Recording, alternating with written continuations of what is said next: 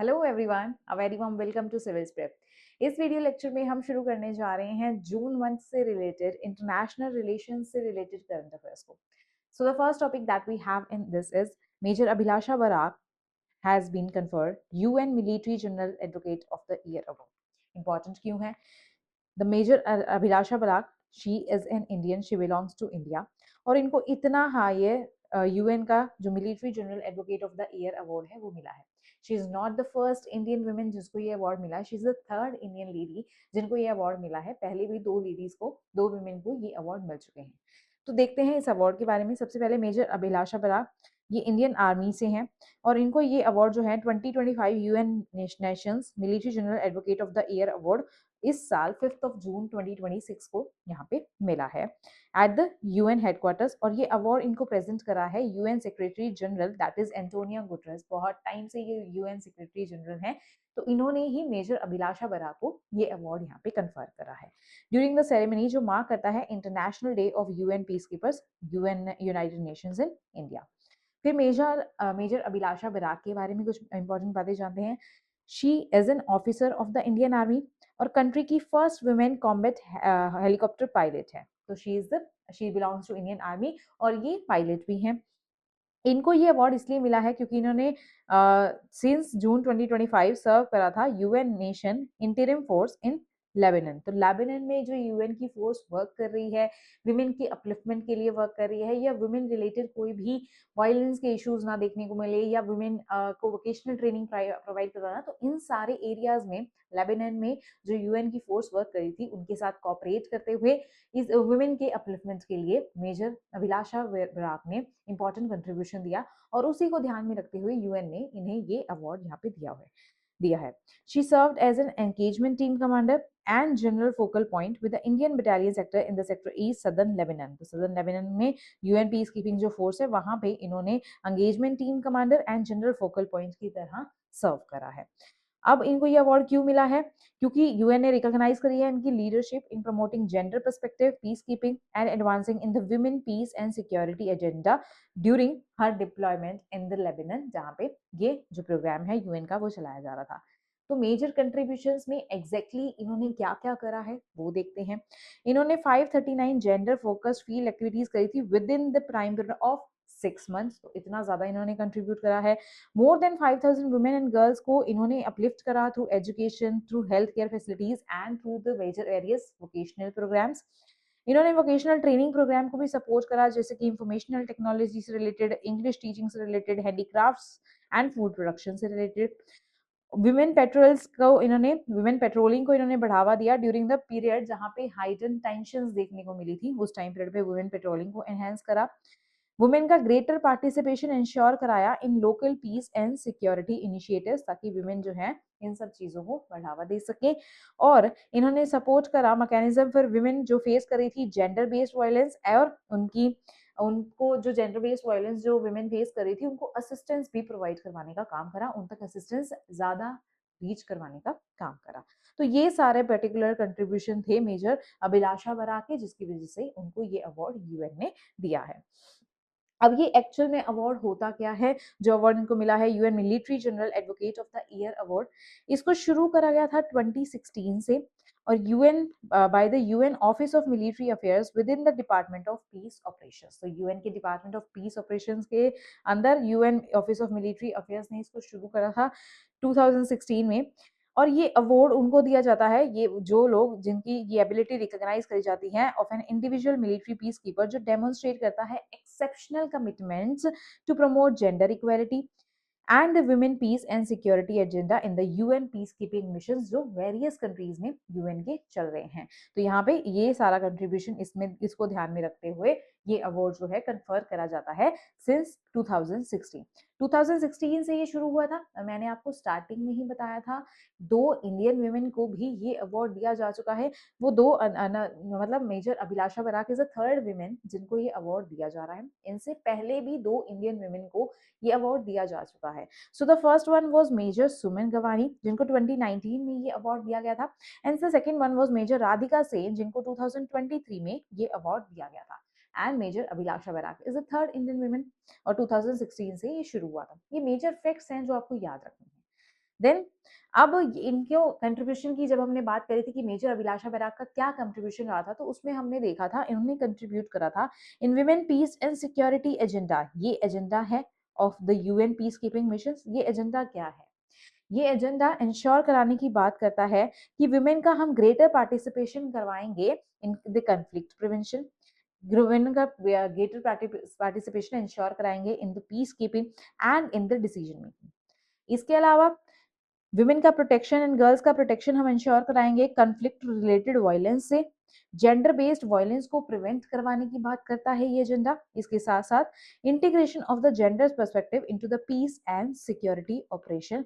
तो ये है women peace and security agenda, जो इन 4 चीजों की बात करता है कि विमेन का हम पार्टिसिपेशन इंश्योर कराएंगे कंफ्लिक्ट प्रिवेंशन में, पीस बिल्डिंग में, डिसीजन मेकिंग के, कंफ्लिक्ट रिलेटेड वायलेंस से विमेन एंड गर्ल्स को प्रिवेंट करवाएंगे, जेंडर बेस्ड वायलेंस को प्रिवेंट करवाएंगे और विमेन का जेंडर पर्सपेक्टिव से इंटीग्रेशन कराएंगे पीस और सिक्योरिटी ऑपरेशंस में विमेन का। विमेन एंड मैन दोनों ही इक्वली पार्टिसिपेट कर रहे होंगे in peace and security operation. ये एजेंडा ये चीज इंश्योर करवाता है।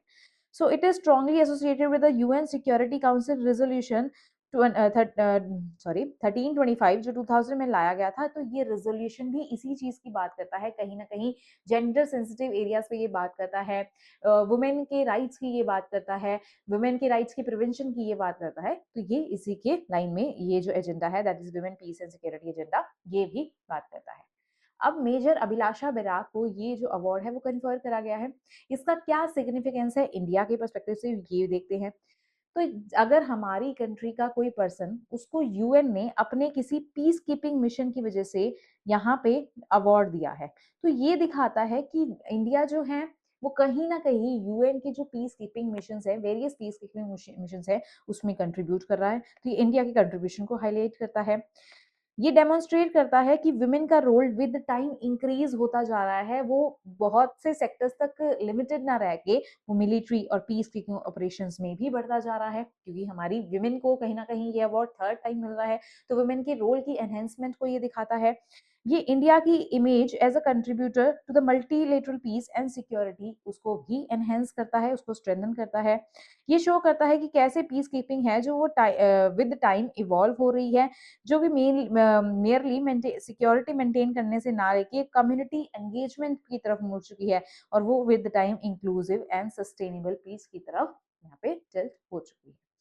नेक्स्ट ये एग्जाम्पल प्रोवाइड करवाता है इंडिया का commitment to the women peace and security agenda, क्योंकि हम भी इस women peace and security agenda की तरफ अपनी कमिटमेंट्स रखते हैं और इसी की डायरेक्शन में काम करते हैं। एंड प्राइम मिनिस्टर ने रिसेंटली इस अवार्ड को डिस्क्राइब करा है as the India's long standing contribution to the UN peace keeping. तो ये हमारा कंट्रीब्यूशन दिखाता है।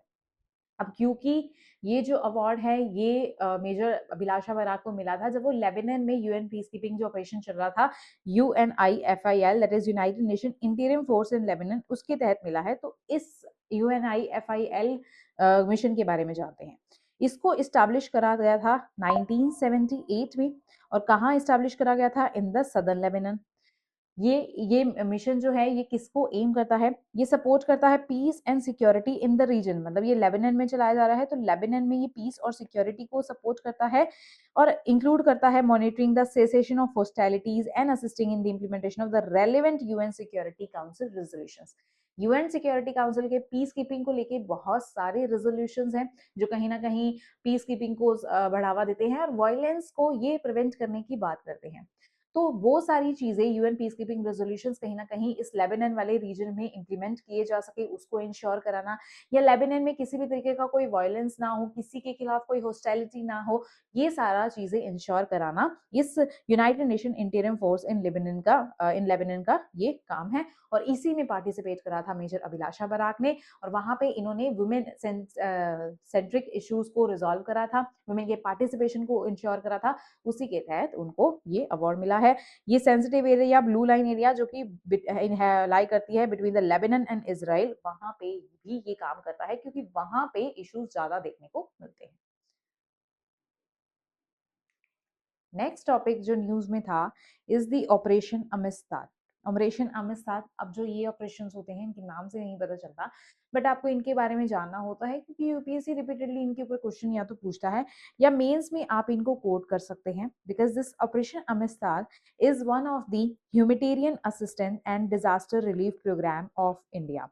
तो क्या होता है कि अगर किसी कंट्री में किसी भी तरीके की कोई डिजास्टर आया है तो उस डिजास्टर को टैकल करने के लिए इंडिया किसी भी तरीके से हेल्प कर सकता है, या तो वहां पे हम फूड पहुंचा सकते हैं या हम वहां पे डॉक्टर्स पहुंचा सकते हैं ताकि उस डिजास्टर को ये टैकल कर सके, उस डिजास्टर को ये मैनेज कर सके। तो डिजास्टर मैनेजमेंट के पर्पज से ये ह्यूमैनिटेरियन असिस्टेंस और डिजास्टर रिलीफ उस पर्टिकुलर कंट्री में भेजा जाता है। इसका पर्पस क्या हो सकता है कि हम हमारी सॉफ्ट पावर को इसके जरिए एनहेंस करते हैं और हमारे जो लोग कहीं ना कहीं उन कंट्रीज में रह रहे होते हैं उनको भी हम इवैक्यूएट कर सकते हैं वाया दीज प्रोग्राम्स। सो ये तो जो है ऑपरेशन अमृतसर, ये humanitarian assistance and disaster relief का है। कौन सी कंट्री के लिए? It was for Venezuela. Venezuela के लिए इसको अनाउंस करा गया on 26 June 2026 as a humanitarian assistance and disaster relief programme. इस ऑपरेशन का एम जो है कि क्योंकि वेनेजुएला में बैक टू बैक अर्थक्वेक्स देखने को मिले तो उस सिचुएशन को टैकल करने के लिए जो अर्थक्वेक अफेक्टेड पॉपुलेशन है वो उस अर्थक्वेक्स को बैक टू बैक जो अर्थक्वेक्स आए हैं उसको टैकल कर सके, तो हमने ये प्रोग्राम जो है ऑपरेशन अमृतसर ये लॉन्च करा है। ये इंडिया का humanitarian assistance disaster relief programme है जो वेनेजुएला के लिए अर्थक्वेक हिट एरियाज के लिए ये लॉन्च करा गया है। अमिस्ताद का मतलब होता है स्पेनिश में फ्रेंडशिप, इसीलिए इस मिशन को ये नाम दिया गया है। ये रिफ्लेक्ट करता है इंडिया की approach of extending timely humanitarian assistance to partner countries during the natural disasters. तो नेचुरल डिजास्टर किसी भी तरीके का, कोई लैंडस्लाइड अगर किसी किसी कंट्री में आता है या फ्लड्स अगर किसी कंट्री में आ जाते हैं या और कोई नेचुरल डिजास्टर देखने को मिलता है तो उस कंडीशन में इस तरीके के प्रोग्राम्स लॉन्च करे जाते हैं। और इसके लिए, इस मिशन के लिए गवर्नमेंट ऑफ वेनेजुएला के साथ गवर्नमेंट ऑफ इंडिया ने कोऑर्डिनेट करा, कोऑपरेट करा। अब इस असिस्टेंट के तहत इंडिया ने क्या भेजा था? सबसे पहले इंडिया के इंडियन एयरफोर्स के 2 एयरक्राफ्ट भेजे गए थे और वो थे C-17 ग्लोब मास्टर थर्ड। ये 2 एयरक्राफ्ट भेजे गए थे। इन एयरक्राफ्ट के अंदर यहाँ पे असिस्टेंट भेजी गई थी इन द फॉर्म ऑफ, यहाँ पे 41 मेंबर इंडियन आर्मी मेडिकल और रेस्क्यू कंटीजेंट के भेजे गए थे। एक इंडियन आर्मी का फील्ड हॉस्पिटल यूनिट भेजा गया था। 30 tons of emergency relief supplies जो डिफरेंट डिफरेंट तरीके के हो सकते हैं, मेडिकल इक्विपमेंट्स भेजे गए या फूड सप्लाईज जो हैं वो भेजी गई। 6 tonne of the medicine and medical equipments भेजे गए।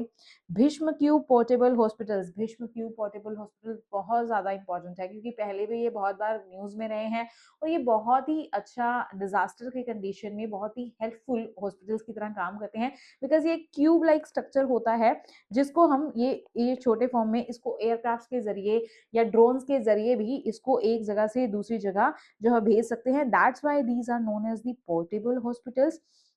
तो इनको एक जगह पे दूसरी जगह भेजा जा सकता है जहां पे जाके ये एक्सपेंड होते हैं और एक मिनी हॉस्पिटल की तरह ये फंक्शन करते हैं। तो डिजास्टर लाइक कंडीशन में ये बहुत ही ज्यादा हेल्पफुल साबित हो सकते हैं और इनको यूज भी किया जाता है। और इसके अलावा टीम जो इंक्लूड करती है doctors, medical professional, rescue professionals and support staff भी भेजा गया था और यहाँ पे इसको ह्यूमैनिटेरियन रिलीफ प्रोग्राम को चलाया गया। भीष्म क्यूब के बारे में मैं आपको बता रही थी, इसका मतलब होता है, इसकी जो फुल फॉर्म होती है that is Bharat health initiative for सहयोग, हित एंड मैत्री। तो मेंस में जब आप अगर मेडिकल हेल्थ से रिलेटेड कोई क्वेश्चन आता है या डिजास्टर मैनेजमेंट से रिलेटेड कोई क्वेश्चन आता है तो आप इसका मेडिकल GS2 में भी आपको इसको कोट कर सकते हैं या डिजास्टर मैनेजमेंट GS3 में भी आप इसको कोट कर सकते हैं। ये आपके मार्क्स को बहुत एनहेंस करेगा क्योंकि करंट का टॉपिक भी है और ये बहुत ही अच्छा एक सोल्यूशन है। तो इन सारी चीजों को आपको ऐसे प्रिपेयर करना होता है, इसी से आपकी करंट अफेयर्स के साथ साथ इसी तरीके से आपकी मेंस की प्रिपरेशन एंड स्पेसिफिकली आपके GS2 एंड GS3 की प्रिपरेशन हो जाती है। तो इस तरीके से आपको पढ़ना होता है। तो भीष्म क्यूब क्या है? ये एक पोर्टेबल और rapidly deployable modular medical facility है जो डिजास्टर लाइक सिचुएशन के लिए डिजाइन करा गया है। ये इजिली इसको आप एक जगह से दूसरी जगह पहुंचा सकते हैं और ये जो है इजिली इसको डिप्लॉय करा जा सकता है जिस भी जगह पे इसको पहुंचाया जा रहा है। It can provide emergency health care in area जहाँ पे कन्वेंशनल मेडिकल इंफ्रास्ट्रक्चर जो है वो किसी भी तरीके से डैमेज हो चुका है। ये जो भीष्म क्यूब है ये इंडिया के आरोग्य मैत्री इनिशिएटिव का पार्ट है। This is very very important, आपको ये याद रखना है। प्रीलिम्स में भी आपसे पूछा जा सकता है कि ये आरोग्य मैत्री इनिशिएटिव का पार्ट है जो एम करता है providing medical assistance during these crisis और डिजास्टर लाइक सिचुएशंस। ये जो भीष्म क्यूब है ये इंडिया की ग्रोइंग कैपेसिटी और रैपिड ओवरसीज डिजास्टर रिस्पॉन्स को ये यहाँ पे शोकेस करता है, डेमोन्स्ट्रेट करता है। अब इसकी सिग्निफिकेंस की बात करते हैं। सिग्निफिकेंस ऑफ द ऑपरेशन अमृत साथ जो प्रोग्राम हमने चलाया है, सबसे पहले तो ह्यूमैनिटेरियन डिप्लोमेसी जो ये ऑपरेशन है ये इंडिया का use of humanitarian assistance as an instrument of diplomacy ये दिखाता है। इसमें लोगों के मन में इंडिया की गुडविल और पीपल टू पीपल रिलेशंस जो है एनहेंस होते हैं। जैसे हमने इस बार वेनेजुएला की मदद की, हम बहुत बार इस तरीके के ऑपरेशन जो है वो चलाते रहते हैं, तो इससे क्या है पीपल टू पीपल जो है वो रिलेशन एनहेंस होते हैं, हमारी डिप्लोमेसी बढ़ती है with that particular country. Second, India as a good responder, अगर हम टाइमली ह्यूमैनिटेरियन असिस्टेंस पहुंचाते हैं इन सच कंट्रीज जहां पे डिजास्टर लाइक कंडीशंस देखने को मिल रही हैं या जहां पे डिजास्टर आया है, तो ये हमारी India as a first responder की इमेज को बचाता है, particularly in the global south. Then global south से सॉलिडेरिटी, वेनेजुएला को हमने जो ये असिस्टेंट दिया है ये रिफ्लेक्ट करता है हमारा साउथ कोऑपरेशन और डेवलपिंग कंट्रीज के साथ हमारी सॉलिडेरिटी को कि किस तरीके से हम इन कंट्रीज के साथ कोऑपरेट करके चलते हैं। Then humanitarian assistant and disaster relief capability, ये जो डिप्लॉयमेंट है या ये जो असिस्टेंस हमने प्रोवाइड करी है ये डेमोन्स्ट्रेट करता है इंडियन आर्म्ड फोर्सेस की एबिलिटी कि वो rapidly strategic airlift, medical team, field hospital, rescue personnels और इमरजेंसी सप्लाईज को रैपिडली वो एक कंट्री से दूसरी कंट्री में पहुंचा सकते हैं। ये हमारी सॉफ्ट पावर को भी बढ़ावा देते हैं कि हम ये विलिंग रहते हैं कि हमेशा हम अपनी कैपेबिलिटीज और रिसोर्सेज का यूज करें और दूसरी कंट्रीज जो किसी भी तरीके की क्राइसिस लाइक सिचुएशन में है तो उनको उन सिचुएशन से टैकल करवाने में हेल्प कर सकें। इंडिया की humanitarian assistant disaster relief diplomacy जो है ये इंटरनेशनल पार्टनरशिप को कहीं ना कहीं बढ़ावा दे रही है। और ऐसा पहली बार नहीं हुआ है कि हमने किसी कंट्री की इस तरीके से हेल्प करी है। बहुत सारे एग्जांपल्स हैं, जैसे नेपाल का अर्थक्वेक 2015 के टाइम पे ऑपरेशन मैत्री, इसी तरीके से ऑपरेशन राहत, समुद्र मैत्री, दोस्त, करुणा, ब्रह्मा, सिंधु और Amistad operation now for the Venezuela. तो आप इन एग्जाम्पल्स को कहीं ना कहीं अपने मेंस में अगर कोट करते हैं तो देन ये आपके मार्क्स को एनहेंस करने में हेल्प करते हैं। तो इसको हम ये बहुत अच्छा तरीका होता है जब भी हम इंटरनेशनल रिलेशंस पढ़ते हैं। अब इंडिया फ्रांस के रिलेशन बहुत ज्यादा न्यूज में है, इंडिया वेनेजुएला के रिलेशंस न्यूज में आ जाएंगे, तो इंडिया वेनेजुएला से रिलेटेड मीन्स में अदर तरीके से भी क्वेश्चन पूछा जा सकता है। तो आपको हर एक एंगल इनके कोऑपरेशन का, हर एक एंगल इनके जिन भी एरियाज में ये आपस में एक दूसरे के साथ कोऑपरेट करते हैं या इनके इंटरनेशनल रिलेशन हैं वो आपको पता होना चाहिए। जैसे कि नेबरहुड फर्स्ट को ये दिखाता है, ये हमारी इंडो पैसिफिक आउटरीच को दिखाता है। हम अगर वेनेजुएला के साथ कॉपरेट कर रहे हैं तो ये हमारे ग्लोबल साउथ को दिखाता है कि हमने ग्लोबल साउथ की किसी कंट्री के साथ कॉपरेट करा है। ये हमारे वसुदेव कुटुंबकम को रिप्रेजेंट करता है। इस तरीके की टर्मिनोलॉजीज आप जब अपने आंसर्स लिखते हैं तो उनके कंक्लूजन में अगर मेंशन करते हैं तो कंक्लूजन को इफेक्टिव ये बहुत ज्यादा बना सकती है कि ये एक इंडिया की फिलोसफी है वसुदेव कुटुंबकम, जो कहती है कि जो वर्ल्ड है इज अ वन फैमिली। हम वर्ल्ड को एक वन फैमिली कंसिडर करते हैं, तभी अगर किसी भी कंट्री में किसी भी तरीके का कोई क्राइसिस आया है तो हम उसको टैकल करने में उसकी हेल्प कर रहे हैं। Then strategic autonomy, independent humanitarian action based on India's own assessment of the global crisis. India Venezuela की अगर रिलेशंस की बात करें तो वेनेजुएला एक इंपॉर्टेंट कंट्री है जो लैटिन अमेरिका एंड कैरेबियन में है, और इंडिया और वेनेजुएला आपस में बहुत सारे एरियाज में कॉपरेट करते हैं, जैसे कि एनर्जी एंड ऑयल में, फार्मास्यूटिकल इंडिया भेजता है वेनेजुएला को, एनर्जी एंड ऑयल वेनेजुएला से हम लेते हैं। देन एग्रीकल्चर में, ट्रेड एंड इन्वेस्टमेंट में, डेवलपमेंट कोऑपरेशन में एंड मल्टीलेटरल कोऑपरेशन में। और ये जो है अगर हमने इस तरीके से humanitarian assistant and disaster relief program जो अब वेनेजुएला को दिया है, इस तरीके के जो प्रॉब्लम्स हैं जैसे प्रोग्राम्स हैं जैसे ऑपरेशन अमिस्ताद, ये हमारी कहीं ना कहीं इंटरनेशनल या ग्लोबल गुडविल को एनहेंस करने में हेल्प करती है। नेक्स्ट टॉपिक है इंडिया फ्रांस एटीएल ब्रिज। नाम से ये लग रहा है ये कोई ब्रिज होगा जिसको इंडिया और फ्रांस ने आपस में कोऑपरेट करके बनाया होगा, लेकिन यही ये ब्रिज नहीं है। This is a cross border innovation platform जो इंडिया और फ्रांस ने आपस में कोऑपरेट करके बनाया है। इनोवेशन प्लेटफॉर्म्स क्या होते हैं? तो नीति आयोग का एक प्रोग्राम है that is Atal tinkering labs. तो अटल टिंकरिंग लैब्स में क्या होता है, ये भी इनोवेशन सेंटर्स होते हैं जहाँ पे डिफरेंट तरह का जो इनोवेशंस हैं, इनोवेशन सेंटर्स हैं, तो इनोवेशन किया जाता है और इनोवेशन के जरिए स्किल एनहेंस होती है, नए नए इनोवेशंस आते हैं, नई नई हम रिसर्च एंड डेवलपमेंट करते हैं जिसके तरीके हमें नई नई चीजें जो हैं हम इन्वेंट करना पॉसिबल बना सकते हैं। तो उसी तरीके के इनोवेशन सेंटर्स इंडिया और फ्रांस ने आपस में मिलकर बनाए हैं जिनको अटल टिंकरिंग लैब के नाम से ही एटीएल ब्रिज यहाँ पे बोला गया है। So India and France was, ये जो एटीएल ब्रिज है इनको इस्टेब्लिश करा था जून 2026 ने, और जून 2026 में एक्चुअल में इनका जो कॉपरेशन हुआ था वो हुआ था भारत इनोवेट्स 2026 समिट जो कि नाइस फ्रांस में हो रही थी। ये इनिशिएटिव जो है, ये अटल इनोवेशन मिशन का जो इनिशिएटिव है ये नीति आयोग का है, और नीति आयोग के साथ जो फ्रांस की ऑर्गेनाइजेशन जो इसमें कॉपरेट कर रही है that is La Foundation Dassault System. और ये अब ये जो इनोवेशन सेंटर्स हैं इनको बनाया जाएगा, तो ये आपस में कॉपरेट कर रहे होंगे in the education innovation and the technology sector. जिस तरीके से अटल इनोवेशन मिशन जो है वो फंक्शन करता है, या अटल टिंकरिंग लैब्स जो है वो फंक्शन करती है, उसी तरीके से ये जो ब्रिज है वो फंक्शन करेगा। मैंने आपको पहले ही बताया ये एक इनोवेशन प्लेटफॉर्म्स है जो यंग इनोवेटर्स को, ये यंग इनोवेटर्स इंडिया के भी होंगे और फ्रांस के भी होंगे, इनको कनेक्ट करेगा, एजुकेटर्स को कनेक्ट करेगा, और इनोवेशन इकोसिस्टम इंडिया और फ्रांस इसको इसमें बूस्ट करने का काम करेगा।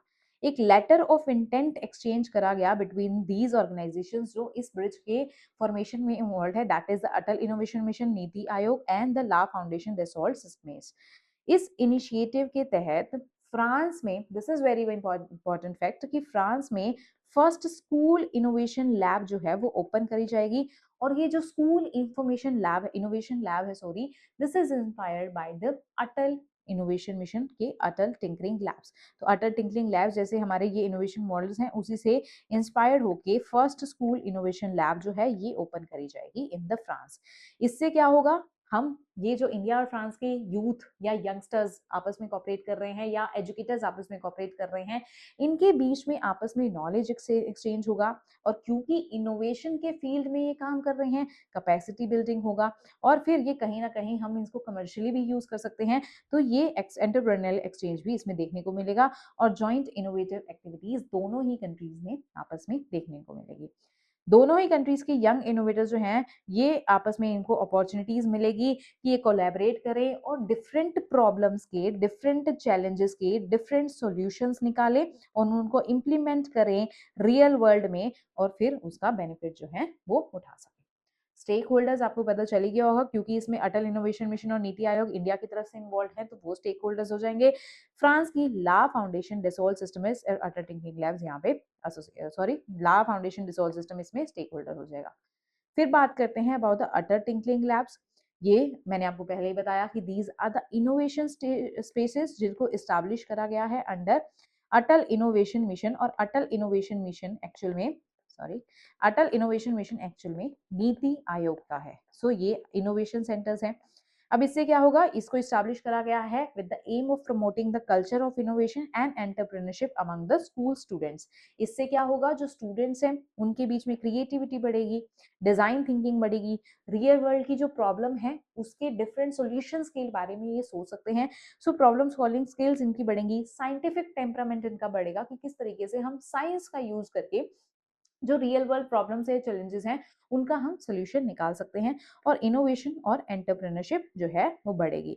ये जो अटल टिंकरिंग लैब्स हैं ये एमर्जिंग टेक्नोलॉजीज से एक्सपोजर बढ़ाते हैं और एक्सपेरिमेंटेशन पे हमारा जो है, जो ये स्टूडेंट्स या यंगस्टर्स इनमें इन्वॉल्व है उनको एक्सपेरिमेंटेशन के लिए बढ़ावा देते हैं।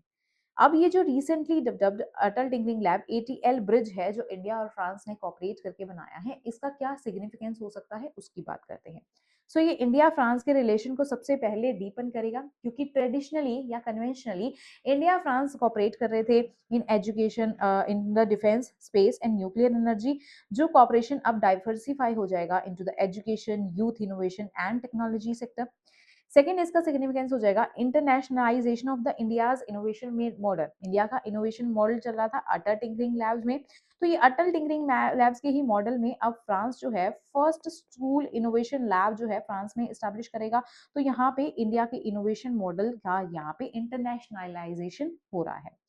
Third, youth to youth diplomacy, क्योंकि इस प्रोग्राम के तहत इंडिया एज वेल एज जो फ्रांस है इनके स्टूडेंट्स आपस में कॉपरेट करेंगे, इनके यूथ आपस में कॉपरेट करेंगे, तो यहाँ पे ये यूथ टू यूथ डिप्लोमेसी भी इन्वेंट जो है एक्सपेंड होगी।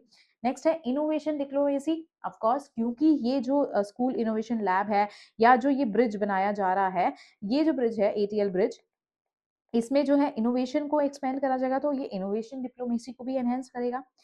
And then strengthening the STEM education, this is a key term जो आप अपने यूपीएससी में GS 3 में जब आपका टेक्नोलॉजी वाला सेक्टर आता है, तो टेक्नोलॉजी में बहुत हम कमी लिखते हैं कि सबसे बड़ी कमी है कि हमारे जो स्टूडेंट्स हैं उनको स्टेम एजुकेशन ही प्रोवाइडेड नहीं है, that is they are less involve in the science technology and engineering and mathematics. तो ये जो है इसको बढ़ावा देगा ये न्यूली फॉर्म्ड ATL ब्रिज, तो यहाँ पे ये स्टेम एजुकेशन को बढ़ावा दे रहा है। नेक्स्ट, ये इंडिया के डीप टेक एम्बिशंस, जो इंडिया जो है डीप टेक इनोवेशंस जो उसमें बढ़ावा देना चाह रहा है, तो उसको बढ़ावा देगा ये न्यूली फॉर्म्ड प्रोग्राम। ये जो 2026 ईयर है इसको India France year of innovation भी डिक्लेयर करा गया है।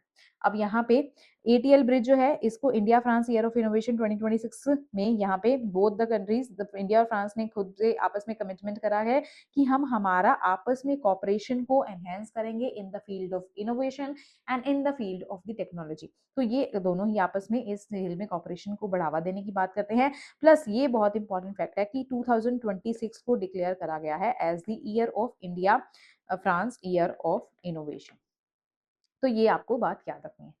अब जो ये ATL ब्रिज है इसको जो है अनाउंस करा गया था in the sidelines of the Bharat innovates, ये एक समिट है, इसके साइडलाइंस में यहाँ पे इसको अनाउंस करा गया था। तो इस समिट के बारे में या भारत इनोवेट्स 2026 के बारे में जानते हैं।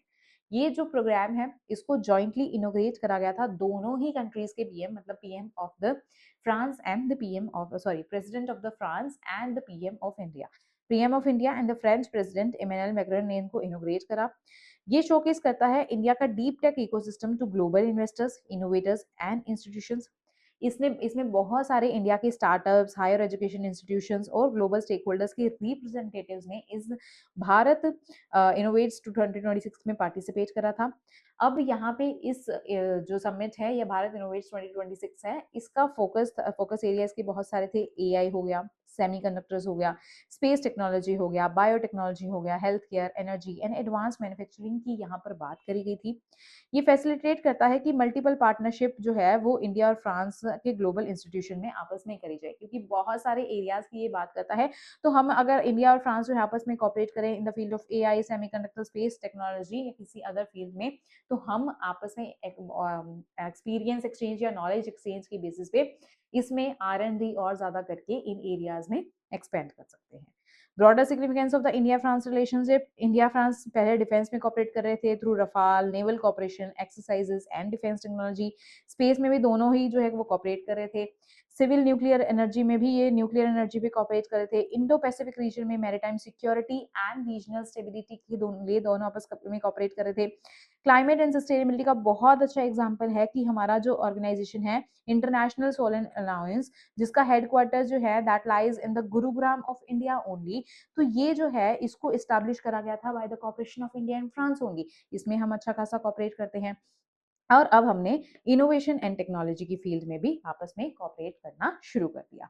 अब अगर प्रीलिम्स प्रैक्टिस क्वेश्चन की बात करें तो ये जो क्वेश्चन है ये हम अभी अटेम्प्ट करते हैं। The question is, with reference to India-France ATL bridge, consider the following statements. First statement is, it was established through the cooperation between Atal Innovation Mission, through the Niti Aayog and the La Foundation Dassault Systems of the France. So this statement is correct. Second statement is, it aims to establish France's first school innovation lab, which is inspired by India's Utter Tinkering Lab model. Yes, हमने इस article में ये चीज पढ़ी थी और मैंने आपको ये फैक्ट याद रखने के लिए भी कहा था, तो ये स्टेटमेंट यहाँ पे सही हो जाएगा। Third is, it exclusively focus on defence technology cooperation between India and France, India और फ्रांस, या फिर अगर आपको ये स्टेटमेंट नहीं भी आता है दो कंट्रीज जब आपस में कॉपरेट कर रही हैं किसी भी एरिया में, तो जनरली उनको अपने डिप्लोमेटिक रिलेशंस को एनहेंस करना होता है।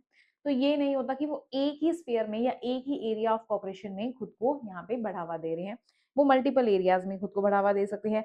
अब क्योंकि ये जो प्रोग्राम है ये इनोवेशन से रिलेटेड है, और इनोवेशन हम बहुत सारे एरियाज में कर सकते हैं, तो ये नहीं हो सकता कि ये जो इनोवेशन का एरिया है ये सिर्फ डिफेंस सेक्टर में है। ये इनोवेशन का एरियाज बहुत सारे सेक्टर्स में हो सकता है, जैसे एआई को भी एनहेंस करने की यहाँ पे बात करी गई थी, तो ये स्टेटमेंट यहाँ पे गलत हो जाएगा। अब क्योंकि क्वेश्चन में हमसे पूछा है which of the statements given above are correct, तो हमें इनकरेक्ट स्टेटमेंट मिल गई थर्ड, और तो यहाँ पे इनकरेक्ट स्टेटमेंट वाले ऑप्शंस हम एलिमिनेट करेंगे। So we are left with only two options, that is option number A and option number B. Now we have to identify कि फोर्थ स्टेटमेंट सही है या गलत। So first statement is it was launched during the India France Year of Innovation of 2026. This statement is correct, मैंने आपको इस article में बताया था। तो यहाँ पे हमारा ऑप्शन नंबर बी जो है वो करेक्ट आंसर हो जाएगा। इसी से रिलेटेड आप मेंस प्रैक्टिस क्वेश्चन को भी प्रैक्टिस कर सकते हैं। That is innovation and education are emerging as the new pillars of India's strategic partnership. You have to discuss it with reference to India France 8-year bridge जो recently यहाँ पे start करा गया। Next topic is US strikes on commercial ships with the Indian crew in the Gulf of Oman. अब Iran और US की जो है आपस में कंफ्लिक्ट बहुत लंबे टाइम से चल रहा, तो यूएस ने कुछ रूल्स ले आए कि आप ईरान से जो है आप ऑयल जो है वो ईरान से इंपोर्ट नहीं करवा सकते अपनी कंट्रीज में। तो जिन जिन शिप्स पे यूएस को डाउट था, जिन इंडियन शिप्स पे यूएस को डाउट था, तो उन शिप्स के साथ भी यूएस ने यहाँ पे गलत बर्ताव किया, जिसकी वजह से इंडिया जो है वो इसको अपोज कर रहा था। सो इंडिया ने स्ट्रांगली कंडेम करा जो series of attempt, series of US military strikes जो है, जो कमर्शियल वेसल्स जो इंडिया के थे, जिसमें या इंडिया के थे या इंडियन सी फेयरर्स उन शिप्स पे थे, उन पे अगर यूएस ने अटैक करा है, तो उस अटैक को स्ट्रांगली कंडेम करा है इंडिया ने। और ये अटैक हुआ है in the gulf of Oman which is in the vicinity of the strait of Hormuz. Straight of Hormuz अगर आपने थोड़ा बहुत भी करंट अफेयर फॉलो करा है तो आपको पता होगा कि ईरान का ये straight of Hormuz, Iran US का जब कंफ्लिक्ट हुआ तो कितना ज्यादा न्यूज में रहा, और प्रिडिक्टेड था कि यूपीएससी इससे रिलेटेड क्वेश्चन पूछेगा। जितना डायरेक्टली प्रिडिक्टेड था उतना डायरेक्टली तो नहीं, बट यूपीएससी ने स्ट्रेट ऑफ हॉर्मूज पे यूपीएससी प्रीलिम्स 2026 में इनडायरेक्टली क्वेश्चन पूछा है। So the incidents occurred amid the US-Iran tensions or US blockade amid the Iranian oil exports.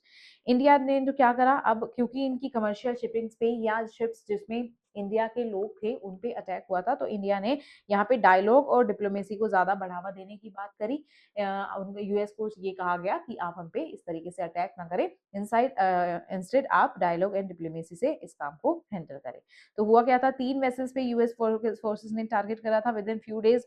First was MT Marivex, इसमें कहा क्या है 24 इंडियन सी फेयरर्स थे, और यूएस की central command that is CENTCOM ने ये जो है इसके इस शिप के बारे में, इस सी फेयर के बारे में कहा कि ये यूएस ने जिस तरीके की डायरेक्शंस दी हैं कि आपको ऑयल एक्सपोर्ट नहीं करवाना है, ईरान से ऑयल को इंपोर्ट नहीं करवाना है, और यूएस की डायरेक्शंस के साथ आप कंप्लाई नहीं कर रहे हैं, तो यहाँ पे जो है इसको इस शिप को डिसेबल कर दिया था और लेटर इस शिप में जो है वो आग लगी थी, और इसमें 24 इंडियन क्रू मेंबर थे जिनको लेटर रेस्क्यू कर लिया गया था सेफली, बट यहाँ भी यूएस ने इनके साथ ये जो है बर्ताव करा था। सेकेंड शिप वॉज एमटी सेटेबेलो, इसमें भी 24 इंडियन सीफेयर्स थे अमंग इट्स क्रू, और जो 3 सीफेयर्स थे, अब यूएस ने इन पे भी अटैक करने की कोशिश करी, तो यहाँ पे 3 इंडियन सीफेयर्स जो इनिशियली जिनको मिसिंग बताया जा रहा था, बाद में पता चला कि उनकी डेथ हो गई। थर्ड शिप वॉज एमटी जलवीर, ये भी जो है इसको भी टारगेट करा गया था in the gulf of Oman only. इसमें भी सेंचोम ने कहा कि ये शिप ट्रांसपोर्ट करी थी ईरानियन ऑयल को, और जो डायरेक्शंस यूएस ने दी थी उनके साथ कंप्लाई नहीं कर रही थी। तो यहाँ पे भी 2 मिसाइल्स जो हैं यूएस की तरफ से इस शिप पे जो है वो छोड़ी गई थी, और इसमें भी इंडिया के क्रू मेंबर्स थे, उनको ऑल्दो सेफली एवेक्यूएट कर लिया गया था, बट यहाँ पे इंडियन क्रू मेंबर्स वाली शिप्स पे बार बार यूएस ने जो है वो अटैक करने की कहीं ना कहीं कोशिश करी थी। ये जो है गल्फ ऑफ ओमान जो स्ट्रेट ऑफ हॉर्मूज के साथ कनेक्ट हो रहा था, वो उसकी बात करें तो स्ट्रेट ऑफ हॉर्मूज जो है वो क्यों इंपॉर्टेंट है उसके बारे में जानते हैं कि वो इतना ज्यादा न्यूज में क्यों कर रहा था। सबसे पहले तो जो ये स्ट्रेट ऑफ हॉर्मूज है, ये एक नैरो वाटरवे है। वाटरवे जो दो लैंड मासेस को, नैरो वाटरवे जो 2 लैंड मासेस को कनेक्ट करता है, उसी को कहीं ना कहीं स्ट्रेट बोला जाता है। This is straight of Hormuz जो कनेक्ट कर रहा है पर्शियन गल्फ को गल्फ ऑफ ओमान के साथ और अरेबियन सी के साथ। इसकी स्ट्रेटेजी इंपॉर्टेंट की बात करें तो यहाँ पे इस रीजन से, इस नैरो वाटर बॉडी से जितनी शिप्स वो जाती हैं वो कहीं ना कहीं ग्लोबल ऑयल और गैस का इंपोर्ट एक्सपोर्ट करवा रही होती है बिटवीन द डिफरेंट कंट्रीज। तो वो ये ट्रांसपोर्टेशन करवा रही होती है गैस और ऑयल का। ये ने कनेक्ट करती है गल्फ स्टेट को ग्लोबली मार्केट्स के साथ, तो ग्लोबल मार्केट्स के साथ गल्फ स्टेट्स को कनेक्ट करने का काम करती है। और अगर इस स्ट्रेट ऑफ हॉर्मोज में जो डिस्ट्रप्शंस हैं वो प्रोलॉन्ग रहे तो ये global oil prices, free cost और इंश्योरेंस प्रीमियम, इन सबको कहीं ना कहीं बहुत ज्यादा बैडली इम्पैक्ट कर सकते हैं। इंडिया भी अगर इस ये ब्लॉकेट बहुत ज्यादा कंटिन्यू रहा तो इंडिया भी बहुत ज्यादा वल्नरेबल है, क्योंकि इंडिया भी अच्छा खासा क्रूड ऑयल जो है उसके इंपोर्ट के लिए डिपेंडेंस है upon this area that is straight of Hormuz. और इंडिया के सी फोरेन वर्कफोर्स भी इस रीजन में कहीं ना कहीं बहुत ज्यादा लार्जली एम्प्लॉयड है। इंडिया का रिस्पॉन्स, अब क्योंकि यूएस ने अटैक करा है तो इंडिया का कहीं ना कहीं रिस्पॉन्स आया है। तो इंडिया ने बहुत ज्यादा इसकी निंदा करी है, बहुत ज्यादा इस अटैक को कंडेम्ड करा है। और यहाँ पे इन्होंने समन करा है सीनियर यूएस डिप्लोमेट को कि आप अपना यहाँ पे अपना स्टैंड बताइए कि किस तरीके से जो इंडिया सीफेयरर्स जिन शिप्स में कैरी कर रहे थे, तो वहां पे इंडियंस पे ये अटैक क्यों हुआ। और इस अटैक्स को स्टॉप करने की बात करी, इनको रोकने की बात करी। और ये एम्फेसाइज करा कि we should have peace, dialogue and diplomacy, इस तरीके से ही हमें काम करना चाहिए। We should coordinate with the Indian missions, Indian navy, shipping authorities and Omani authorities to ensure कि हमारे जो इंडियन सीफेयरर्स हैं वो सेफली और वो उनका जो इवैक्यूएशन है वो सेफ्टी के साथ इंश्योर कराया जा सके। फिर ये जो अटैक है, इस अटैक को अगर हम एक लो की डायमेंशन से देखें कि लो की डायमेंशन से ये अटैक कितना ज्यादा गलत है, तो इंटरनेशनल लो डायमेंशन हम इसको देखते हैं तो मैरीटाइम सिक्योरिटी, सैंक्शंस एनफोर्समेंट और use of force against commercial vessels, ये कहीं ना कहीं ये सारी चीजें जो है वो सामने आती हैं कि इन सारे मेजर्स पे हम इसको कंडेम कर सकते हैं कि हमारे पास मैरीटाइम फ्रीडम है, मैरीटाइम सिक्योरिटी हमें इंश्योर करवाई जानी चाहिए। तो इन सारी चीजों पे इसको कंडेम किया जा सकता है। फिर उसमें भी ये हो जाता है, अब ये जो बात करते हैं कि इंटरनेशनल लॉ क्या है, इंटरनेशनल लॉ है UNCLOS, that is United Nation convention on the law of the sea. ये बात करता है इंटरनेशनल लीगल फ्रेमवर्क की जो गवर्न करता है मैरीटाइम जोन और नेविगेशन की। अब ये जो इंसिडेंट है ये लीगली इस अनक्लोज के तहत राइट है या रोंग है, इसको अगर हमें जानना है तो हमें बहुत सारी चीजों के बारे में पता होना चाहिए कि वो नेचर ऑफ द ब्लॉकेड क्या था, वेसल का कंडक्ट किस तरीके से था, लोकेशन ऑफ द वेसल क्या थी, कंफ्लिक्ट की सिचुएशन पे किस तरह के जो रूल्स एंड रेगुलेशंस हैं वो एप्लीकेबल हो सकते थे, और उस टाइम पे जो फोर्स का यूज करा गया है उससे रिलेटेड क्या रूल्स हो सकते हैं। तो यहाँ पे इसको अनक्लोज के अंदर सिर्फ लीगल या अनलीगल सीधे तरीके से डिफाइन नहीं किया जा सकता, इन सारी सिचुएशंस को भी हमें कंसिडर करना होगा उसको यहाँ पे लीगल या अनलीगल, इलीगल डिफाइन करने के लिए।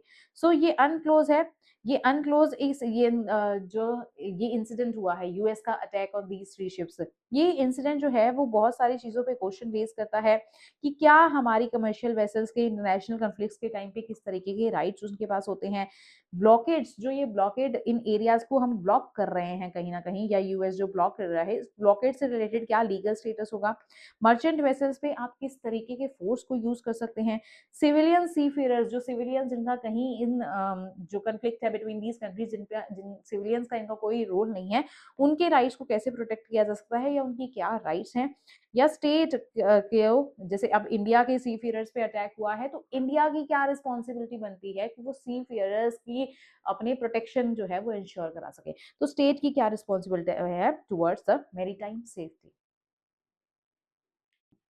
अब इस इंसिडेंट के लेके इंडिया पे क्या इम्प्लीकेशंस हो सकते हैं। अब क्योंकि ये जो अटैक है वो यूएस ने करवाया है तो ये डायरेक्टली इंडिया और यूएस के रिलेशंस पे अटैक करता है। तो इंडिया यूएस के रिलेशंस की बात करें, इंडिया और यूएस के रिलेशंस ऑल्दो स्ट्रेटेजिकली डिप्लोमेसी के टर्म्स में बात करें तो इंडिया यूएस के रिलेशन जो है वो एनहेंस ही कर रहे थे, वो बढ़ ही रहे थे। बट ये जो अटैक है ये हमें, हमारे जो इंडियन सिटीजन हैं अब्रोड अब्रोड जो रह रहे हैं या जो ट्रेवल कर रहे हैं उनकी सिक्योरिटी पे चैलेंज करते हैं। तो हमें हमारे यूएस के साथ जो डिप्लोमेटिक रिलेशंस हैं उसको भी ना खराब करते हुए अपने इन सिविलियन के राइट्स को भी इंश्योर करने की जरूरत है। तो हमें diplomacy, peace and normal communications के माध्यम से ही इसको जो है वो इंश्योर कराना चाहिए कि हम हमारे सिविलियंस के जो राइट्स हैं उनको भी प्रोटेक्ट करें और हम यूएस के साथ भी हमारे रिलेशंस को खराब ना करें। Second, safety of the Indian seafarers. India is one of the world's major maritime workforce, जहाँ पे हमारी लार्ज नंबर ऑफ वर्कफोर्स जो है वो एम्प्लॉयड हैं into these Arabian countries for these import export type of work. तो यहाँ पे उनके भी राइट्स और उनकी भी सेफ्टी जो है वो हमारा एक कंसर्न हो जाता है। एनर्जी सिक्योरिटी, हम इन गल्फ कंट्रीज से हमारा क्रूड ऑयल बहुत ज्यादा हम इम्पोर्ट कर रहे हैं। ट्रांसपोर्टेशन कोस्ट, अगर ये जो है ये गल्फ रीजन जो है इसकी सप्लाई में कोई ना कोई या स्ट्रेट ऑफ हॉर्मूज के में ब्लॉकेज आता है, इसमें कोई किसी भी तरीके का डिस्ट्रप्शन आता है, तो इससे क्या है हमारे क्रूड ऑयल की प्राइसेस बढ़ जाएंगे, ट्रांसपोर्टेशन की कॉस्ट बढ़ जाएगी। अब इंडिया अगर यहाँ से इंपोर्ट कर रहा है, क्रूड ऑयल बहुत ज्यादा इंपोर्ट कर रहा है, उसके प्राइस में अगर एनहेंसमेंट आया तो हमारा इंपोर्ट बिल बढ़ जाएगा, और अगर इसका इंपोर्ट बिल बढ़ता है तो कहीं ना कहीं पूरी की पूरी इकोनॉमी को इन्फ्लेशन जो है वो देखने को मिलेगा। Fourth is the maritime security. ये जो इंसिडेंट है ये डेमोन्स्ट्रेट करता है कमर्शियल शिपिंग जो है वो बहुत ज्यादा वल्नरेबल है जियोपॉलिटिकल कॉन्फ्लिक्ट्स को लेके। तो अब इसके लिए हमें मैरीटाइम डोमेन से रिलेटेड अवेयरनेस होनी चाहिए, हमारी नेवी जो है वो वेल प्रिपेयर्ड होनी चाहिए, और इंटरनेशनल लेवल पे सारी कंट्रीज को आपस में कोऑर्डिनेट करना चाहिए कि इस तरीके के इंसिडेंट्स को जो है वो प्रिवेंट किया जा सके। Fifth we have is the global supply chains. अगर ये जो gulf of Oman, strait of Hormuz है, ये बहुत ही इंपॉर्टेंट पॉइंट्स हैं इंपोर्ट एक्सपोर्ट के लिए, ग्लोबल ट्रेड के लिए। अगर ये कहीं ना कहीं इनका ब्लॉकेट देखने को मिलता है तो वर्ल्ड ओवर डिस्ट्रप्शन देखने को मिल सकता है ऑयल एंड गैस सप्लाईज में, शिपिंग रेट्स में, इंश्योरेंस प्रीमियम में, ग्लोबल ट्रेड में, फूड एंड कॉमोडिटी प्राइसेस में। तो ये उन रीजन के लिए बहुत ज्यादा इंपॉर्टेंट है। डिप्लोमेटिक बैलेंसिंग की जरूरत है। इंडिया की स्ट्रेटेजिक ऑटोनॉमी को मेंटेन करते हुए हमें हमारे जो रिलेशंस हैं with the US, Iran and the gulf countries जिनका आपस में कंफ्लिक्ट चल रहा है, उनके साथ भी हमारे रिलेशंस को मैनेज करने की जरूरत है। फिर जो की टर्म्स इस आर्टिकल में यूज हुई हैं वो देखते हैं। मैरीटाइम चॉक पॉइंट क्या होता है? एक नैरो मैरीटाइम पासे जो है जिसमें significant volume of the global trade और एनर्जी सप्लाई जो हो रहा है उसको बोला जाता है maritime choke point. Chalk point क्योंकि वो बहुत ही नैरो है, बट वो बहुत ज्यादा इंपॉर्टेंट भी है क्योंकि वहां पे ग्लोबल ट्रेड बहुत अच्छे लेवल का हो रहा है। That is known as maritime choke point. Blockade क्या होता है कि अगर कोई एरिया है, पर्टिकुलर एरिया है, अब उस पे एरिया में किसी भी रीजन की वजह से, चाहे वो आर्म कंफ्लिक्ट है या फिर कोई भी रीजन की वजह से, उस एरिया का जो मूवमेंट है उसमें जो वेसल्स या सप्लाईज या जिस भी तरीके का ट्रांसपोर्टेशन हो रहा है, अगर उसको कहीं से स्टॉप करा जाए, जैसे यूएस जो है वो स्ट्रेट ऑफ हॉर्मुज में जो मूवमेंट है उसको स्टॉप करने की ट्राई कर रहा है, so that is known as the blockade.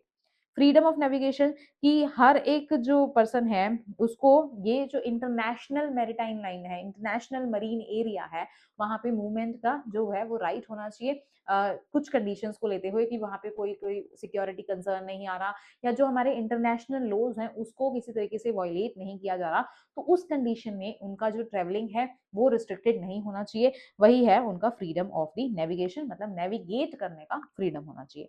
फिर सेंटकॉम यहाँ पे बहुत ज्यादा यूज हुआ है। सेंटकॉम है यूएस सेंट्रल कमांड जो रिस्पॉन्सिबल है यूएस मिलिट्री ऑपरेशंस जो मिडिल ईस्ट और सराउंडिंग रीजन में चल रही हैं उनको इंश्योर कराने के लिए ये मिलिट्री कमांड है। और इसी सेंटकॉम की वजह से ये जो रिसेंट अटैक्स जो है डिफरेंट शिप्स पे, 3 शिप्स का एग्जांपल हमने इस आर्टिकल में पढ़ा, जो यही central command that is CENTCOM responsible है यूएस की तरफ से इन अटैक्स के लिए। फिर वे फॉरवर्ड की बात करते हैं। हमें डिप्लोमेटिक रिलेशंस रेजोल्यूशन देखना चाहिए इन इस यूएस ईरान टेंशन का। हमें मर्चेंट शिपिंग के प्रोटेक्शन के लिए इंटरनेशनल मैकेनिज्म को स्ट्रेंथन करना चाहिए। मैरीटाइम डोमेन में ये सारी चीजें देखने को मिल रही है, तो मैरीटाइम डोमेन अवेयरनेस होना चाहिए इंडियन ओशन और अरेबियन सी के रीजन में। हमें Indian navy, coast guard, shipping authorities और डिप्लोमेटिक मिशन को आपस में कॉपरेट करके चलना चाहिए, क्योंकि अगर ये कंडीशंस जो हैं वो बढ़ती हैं, इस तरीके की सिचुएशन ज्यादा देखने को मिलती हैं, तो ये सारे अगर आपस में कॉपरेट करेंगे तभी हम इस तरह की सिचुएशंस को कहीं ना कहीं टैकल कर पाएंगे। We need to develop contingency plan for the evacuation of the Indian citizens and the seafarers, क्योंकि कहीं ना कहीं वो ज्यादा डेंजर में आ जाते हैं ऐसी कंडीशन में जहां कंफ्लिक्ट की सिचुएशंस दूसरी कंट्रीज में या इन एरियाज में देखने को मिलती हैं। वी नीड टू इंश्योर कि disputes over sanctions and maritime access do not endanger civilian crews, क्योंकि यह कहीं ना कहीं इन अटैक्स में सिविलियन क्रूज जो है वो ज्यादा टारगेट हुई थी, तो वो इस टारगेट का शिकार ना बने, इसको भी हमें इंश्योर करना चाहिए। फिर prelims practice question related to this topic, strait of Hormuz से रिलेटेड हमें जो है वो कुछ स्टेटमेंट्स कंसिडर करनी है। फर्स्ट स्टेटमेंट इज कि ये पर्शियन गल्फ को गल्फ ऑफ ओमान के साथ कनेक्ट करता है। Yes, this is correct. Iran and Oman are the two countries bordering the Strait of Hormuz. Yes, they are two countries. It is an important maritime choke point for global energy transportation. Yes, it is very, very important for the global energy transportation. And fourth is the strait provides India's only maritime route to the Persian Gulf. नहीं, ये only maritime route नहीं है, तो ये यहाँ पे गलत हो जाएगा। तो इन given statements में से हमें correct statement बतानी है, तो 1, 2 and 3 यानी ऑप्शन नंबर ए यहाँ पे हमारा करेक्ट हो जाएगा। मेंस प्रैक्टिस क्वेश्चन जो आप इसके लिए प्रैक्टिस कर सकते हैं, that is the security of the strait of Hormuz has implications which are far beyond West Asia, क्योंकि यहाँ पे वेस्ट एशिया के बियॉन्ड ये मार्केटिंग लेवल इसका बहुत ज्यादा अच्छा हो रहा है। बहुत सारे वर्ल्ड ओवर ये जो ऑयल का ट्रांसपोर्टेशन या क्रूड ऑयल के अलावा एनर्जी ट्रांसपोर्टेशन या बहुत सारी चीजों का ट्रांसपोर्टेशन, इंपोर्ट एक्सपोर्ट इस रूट से देखने को मिलता है। So you have to examine its significance for India's energy security, maritime security and foreign policy. ये क्वेश्चन आप अटेम्प्ट कर सकते हैं related to this topic. Next topic है VivaTech, India France technology and AI cooperation. So यहाँ पे India और France का एक टॉपिक हम पहले भी पढ़ चुके हैं, ये न्यूज में रहा है, और 2026 को as India France year of cooperation declare करा गया था। यहाँ पे इन्होंने कॉपरेट तो करना ही था, इनोवेशन में इन्होंने एटीएल ब्रिज के फॉर्मेशन में कॉपरेट करा, और यहाँ पे वाइवा टेक में यहाँ पे कॉपरेट करा। So PM Modi along with the French president Emmanuel Macron, इन्होंने वाइवा टेक 2026 जो पेरिस में हुआ था ऑन 18 ऑफ जून 2026, इन दोनों ने पार्टिसिपेट करा था। इंडिया ने पार्टिसिपेट करा था एज एआई पार्टनर कंट्री, और ये इस वाइवा टेक का 10th एडिशन था। ये वाइवा टेक क्या है? It's Europe's largest technology and startup event.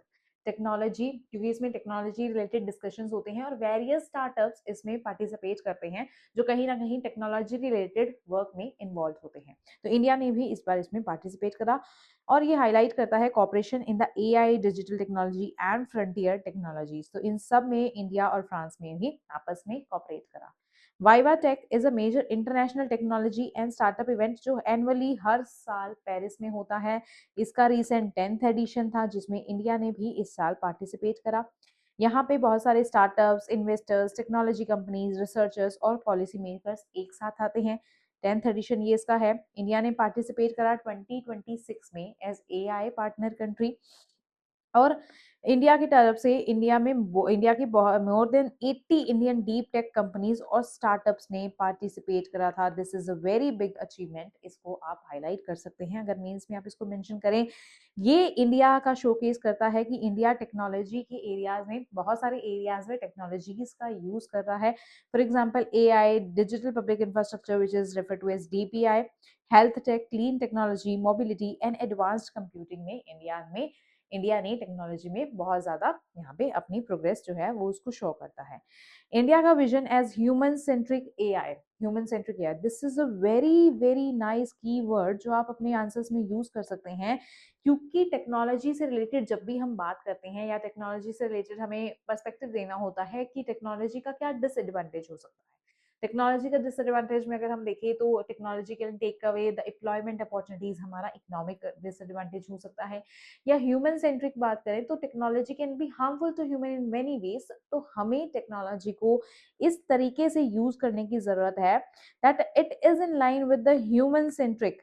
तो ह्यूमन सेंट्रिक हमें टेक्नोलॉजी डेवलप करने की जरूरत है, और उसके लिए हम ये कीवर्ड यूज कर सकते हैं कि इंडिया का विजन है of developing this human centric AI. That means जो टेक्नोलॉजी है या जो एआई है ये इस तरीके से काम करे कि ये ह्यूमन वेलफेयर के पर्सपेक्टिव से काम करे। सो इंडिया ने जो इस वाइवा टेक जिसमें पार्टिसिपेट करा था, जिस 10th एडिशन में इंडिया ने पार्टिसिपेट करा था, इसमें इंडिया ने हाईलाइट करा कि इंडिया का विजन है of the human centric AI, जिसमें टेक्नोलॉजी को इस तरीके से हम यूज करना चाहते हैं या एआई को हम इस तरीके से यूज करना चाहते हैं कि ये लोगों की लाइफ को इम्प्रूव करे, it improves people's life, it promote inclusion and accessibility, ये सस्टेनेबल डेवलपमेंट को प्रमोट करे, क्योंकि हमारे पास बहुत सारे ऐसे इश्यूज हैं। For example we have a issue of the water deterioration, ground water का लेवल जो है वो रिड्यूस होता जा रहा है। तो हम अगर एआई को इस तरीके से यूज करें कि हम उस ग्राउंड वाटर लेवल को चेक कर सके, तो ये हमारी सस्टेनेबल डेवलपमेंट को इंश्योर कराएगा। इसी तरीके से हमारे बहुत सारे जो प्रॉब्लम्स हैं उसका हम अगर हम एआई टाइप या ऐसे सोल्यूशन निकालें और वो भी ह्यूमन के पर्सपेक्टिव से हो, ह्यूमन की लाइफस्टाइल को इम्प्रूव करने के पर्सपेक्टिव से हो, that is known as the human centric AI.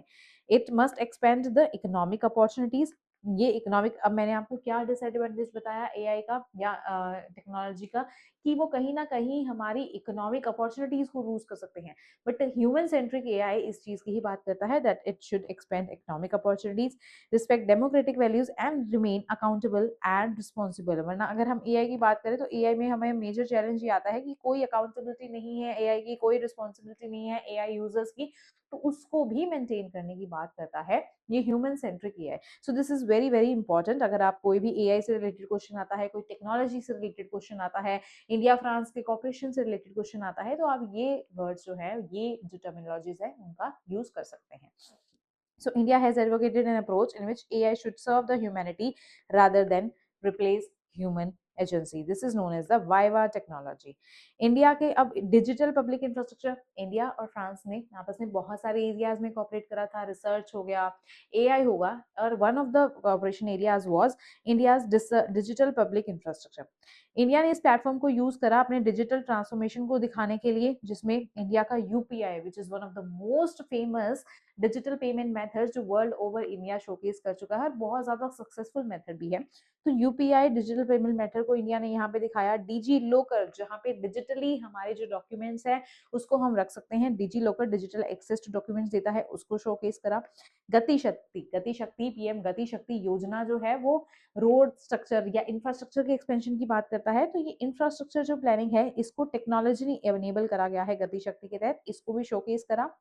AI enable applications in agriculture, agriculture में भी हमें AI एनेबल एप्लीकेशंस की जरूरत है, बिकॉज हमारा लैंड की फर्टिलिटी विद टाइम रिड्यूस होती जा रही है, और हमारी पॉपुलेशन एक्सपेंड हो रही है, तो लैंड की अवेलेबिलिटी भी रिड्यूस होती जा रही है, और बहुत सारे ऐसे फैक्टर्स हैं जो कहीं ना कहीं हमारी एग्रीकल्चर की प्रोडक्टिविटी को लूज करने में कंट्रीब्यूट कर रहे हैं। So we need the use of the AI in agriculture to ensure the productivity of the agriculture, to feed our population, and digital solutions in governance and public service delivery. तो ये सारे areas हैं जहाँ पे India ने इस viva technology 2026 के यहाँ पे दिखाई थी कि हमें यूपीआई हमारा बहुत डेवलप्ड है, डिजी लॉकर, गति शक्ति विच is technology enable infrastructure planning, AI enable application in agriculture and digital solutions in governance and public service delivery. तो ये सारी चीजें इंडिया ने यहाँ पे शोकेस करी थी, और ये शोकेस करना डेमोन्स्ट्रेट करता है इंडिया का attempt to position in digital public infrastructure model as a global public good which is particularly for the developing countries. अब बात करते हैं particularly India France technology cooperation की। वाइवा टेक 2026 फर्दर इसने स्ट्रेंथन करा technological dimensions of the India France strategic partnership. जो areas of cooperation दोनों countries के आपस में, that was AI, digital technologies, deep tech, startups, advanced computing, cyber technologies, space technology पे भी इन्होंने बात करी थी, health tech, clean technology, research and innovation. तो ये आपको लिस्ट लगभग एक बार आपको पढ़ी होनी चाहिए, आपको याद होनी चाहिए कि किन किन एरियाज में इन्होंने आपस में कॉपरेट करने की बात करी थी। फिर मैंने आपको पिछले आर्टिकल में भी एक बार बताया था कि 2026 को इंडिया और फ्रांस ने डिक्लेयर करा था India France year of innovation, जहां पे दोनों कंट्रीज आपस में वेरियस एरियाज में कॉपरेट करने की बात करते हैं, which includes AI, research technology, digital technology, cyber space, health and the education. तो यहाँ पे सिर्फ टेक्नोलॉजी की बात तक सीमित ना रह के हेल्थ और एजुकेशन के एरिया में भी इन्होंने कॉपरेट करने की बात करी है, तो ये थोड़ा डिफरेंट है, आपको याद रखना है। अब इस वाइवा टेक में इंडिया ने इसके 10th एडिशन में पार्टिसिपेट करा, तो इस पार्टिसिपेशन का एक्चुअल में क्या सिग्निफिकेंस था इंडिया के पर्सपेक्टिव से। टेक्नोलॉजी डिप्लोमेसी, दोनों ही कंट्रीज आपस में टेक्नोलॉजी के लेवल पे यहाँ पे जो है वो कॉपरेट करेंगे। डीप टेक्स इकोसिस्टम, जो इंडिया के स्टार्टअप्स ने यहाँ पे पार्टिसिपेट करा, इंडिया के स्टार्टअप्स को यहाँ पे एक्सेस मिलेगी इंटरनेशनल इन्वेस्टर्स की, इंटरनेशनल मार्केट की, इंटरनेशनल रिसर्च इंस्टीट्यूशन की एंड इंटरनेशनल टेक्नोलॉजी पार्टनर्स की। तो ये उन स्टार्टअप्स की रीच को बढ़ाएगा, उनके एक्सपेंशन में उनको हेल्प करेगा। देन थर्ड सिग्निफिकेंस है डिजिटल सॉवरेनिटी, दोनों ही कंट्रीज आपस में डेवलपिंग टेक्नोलॉजी कैपेबिलिटीज पे यहाँ पे इंटरेस्ट को शो करती हैं, और ये जो हमारे जो फॉरेन टेक्नोलॉजी प्रोवाइडर्स है उन पे, जो स्मॉल फॉरेन एनर्जी प्रोवाइडर्स पे दोनों ही कंट्रीज आपस में अगर कॉपरेट कर रहे हैं, डिपेंडेंट हैं, तो उस डिपेंडेंस को रिड्यूस करने में हेल्प करेगा। फोर्थ है एआई गवर्नेंस, इंडिया एम्फेसाइज करती है ह्यूमन सेंट्रिक एआई पे जो कंट्रीब्यूट करे रिस्पॉन्सिबल एआई पे। तो रिस्पॉन्सिबल एआई गवर्नेंस पे या ह्यूमन सेंट्रिक एआई पे इंडिया जो है वो फोकस करती है और इसमें हेल्प करेगा ये इंडिया और फ्रांस का कॉपरेशन। देन नेक्स्ट है ग्लोबल साउथ। इंडिया अपना एक्सपीरियंस जो है ये डिजिटल पब्लिक इंफ्रास्ट्रक्चर का इसको दूसरी डेवलपिंग कंट्रीज में भी एक्सपेंड कर सकती है। तो इंडिया की ये डिप्लोमेटिक रिलेशंस को एनहेंस करने में हेल्प कर सकती है और इंडिया के कॉपरेशन को एनहेंस कर सकती है। नेक्स्ट है स्ट्रेंथनिंग इंडिया ईयू एग्रीमेंट। अब क्योंकि फ्रांस जो है इसके साथ ये कॉपरेशन हुआ है और ये cooperation with time other European countries के साथ भी जो है वो एक्सपेंड कर सकता है, तो ये हमारे इंडिया ईयू एंगेजमेंट को भी स्ट्रेंथन करने में हेल्पफुल साबित हो सकता है। Practice question related to this.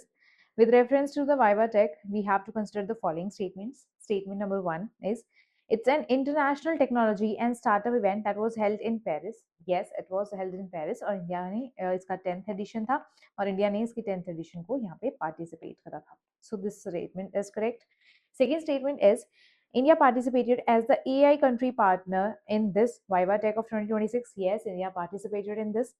Third is, the event was significant for India-France cooperation in the emerging technologies. Yes, emerging technologies जैसे कि AI, then DPI and research के सेक्टर में, health, education इन सेक्टर्स में India and France ने cooperate करा था, तो ये स्टेटमेंट भी यहाँ पे करेक्ट हो जाएगा. Now next statement is, India's participation was limited exclusively to the defense technology. ये स्टेटमेंट अगेन गलत हो जाएगी. It was not related to exclusively to the defense technology.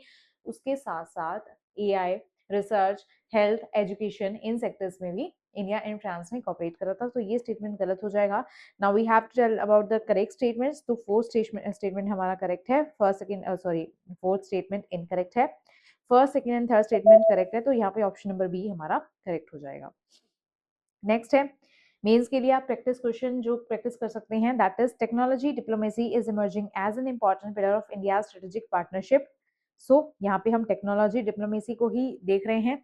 Discuss in the context of India France cooperation in the AI and emerging technologies. You have to answer this question in the 10 marks for GST paper 2 से ये linked है. Next topic है order of the white double cross first class.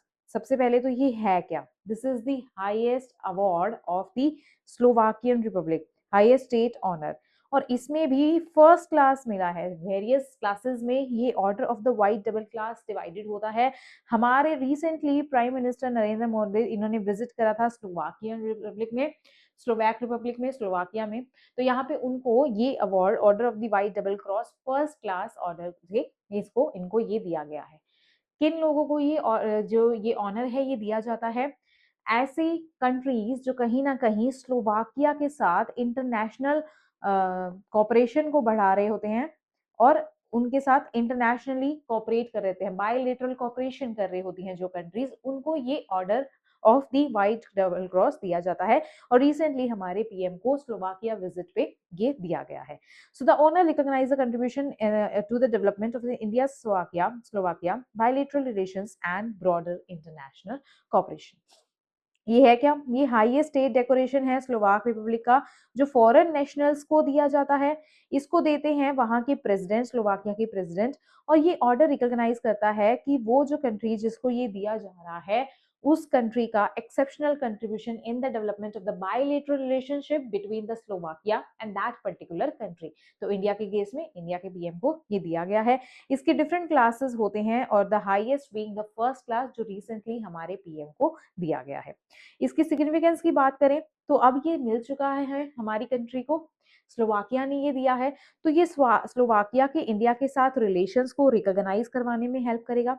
Second, strengthening of the India Europe agreement. Slovakia क्योंकि अपने आप में EU यानी European union का मेंबर है और यूरोपियन यूनियन के किसी मेंबर ने अपनी कंट्री का हाईएस्ट अवार्ड, उसमें भी फर्स्ट क्लास अवार्ड अगर हमारी कंट्री को दिया है, तो ये हमारे यूरोपियन यूनियन या European partnership other European countries के साथ रिलेशंस को एनहेंस करने में हेल्प करेगा. थर्ड है strategic and economic cooperation. So India Slovakia का कॉपरेशन जो है ये पोटेंशियल बहुत सारे एरियाज में रखता है, जैसे कि defence and security, automotive and manufacturing sector, digital technologies, infrastructure, energy, trade and investment and science and technology. तो इन सारे एरियाज में कहीं ना कहीं bilateral cooperation between India and Slovakia ये एनहेंस हो जाएगा क्योंकि ये ऑर्डर दिया गया है, उसके बाद से यहाँ पे ये कॉपरेशन एनहेंस होने के चांसेस है। Next, central Europe outreach. So India has increasingly focused on strengthening ties with the Central and Eastern European countries, and ये जो है complementing its relations with the major Western European countries. तो क्योंकि Slovakia के साथ हमारे relations कहीं ना कहीं इससे improve होंगे, स्लोवाकिया EU का member है, स्लोवाकिया एक यूरोपियन कंट्री है, तो कहीं ना कहीं अदर यूरोपियन कंट्रीज के लिए भी it opens a door for India to maintain their relationship. So यहाँ पे इंडिया स्लोवाकिया रिलेशंस की बात करते हैं.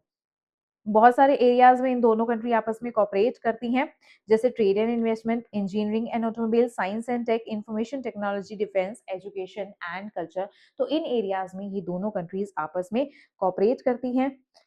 ब्रॉडर फॉरेन पॉलिसी सिग्निफिकेंस की बात करते हैं कि ये जो अवार्ड हमारे पीएम को मिला है इसका क्या इम्पैक्ट पड़ेगा on the broader foreign policy. So India जो है वो सीक करती है to strengthen its bilateral ties with the individual European countries. जैसे स्लोवाकिया एक यूरोपियन कंट्री है, ऐसे ही अदर यूरोपियन कंट्रीज के साथ इंडिविजुअली बायलैटरल रिलेशंस को डेवलप करने की कोशिश जो है वो इंडिया करती रहती है.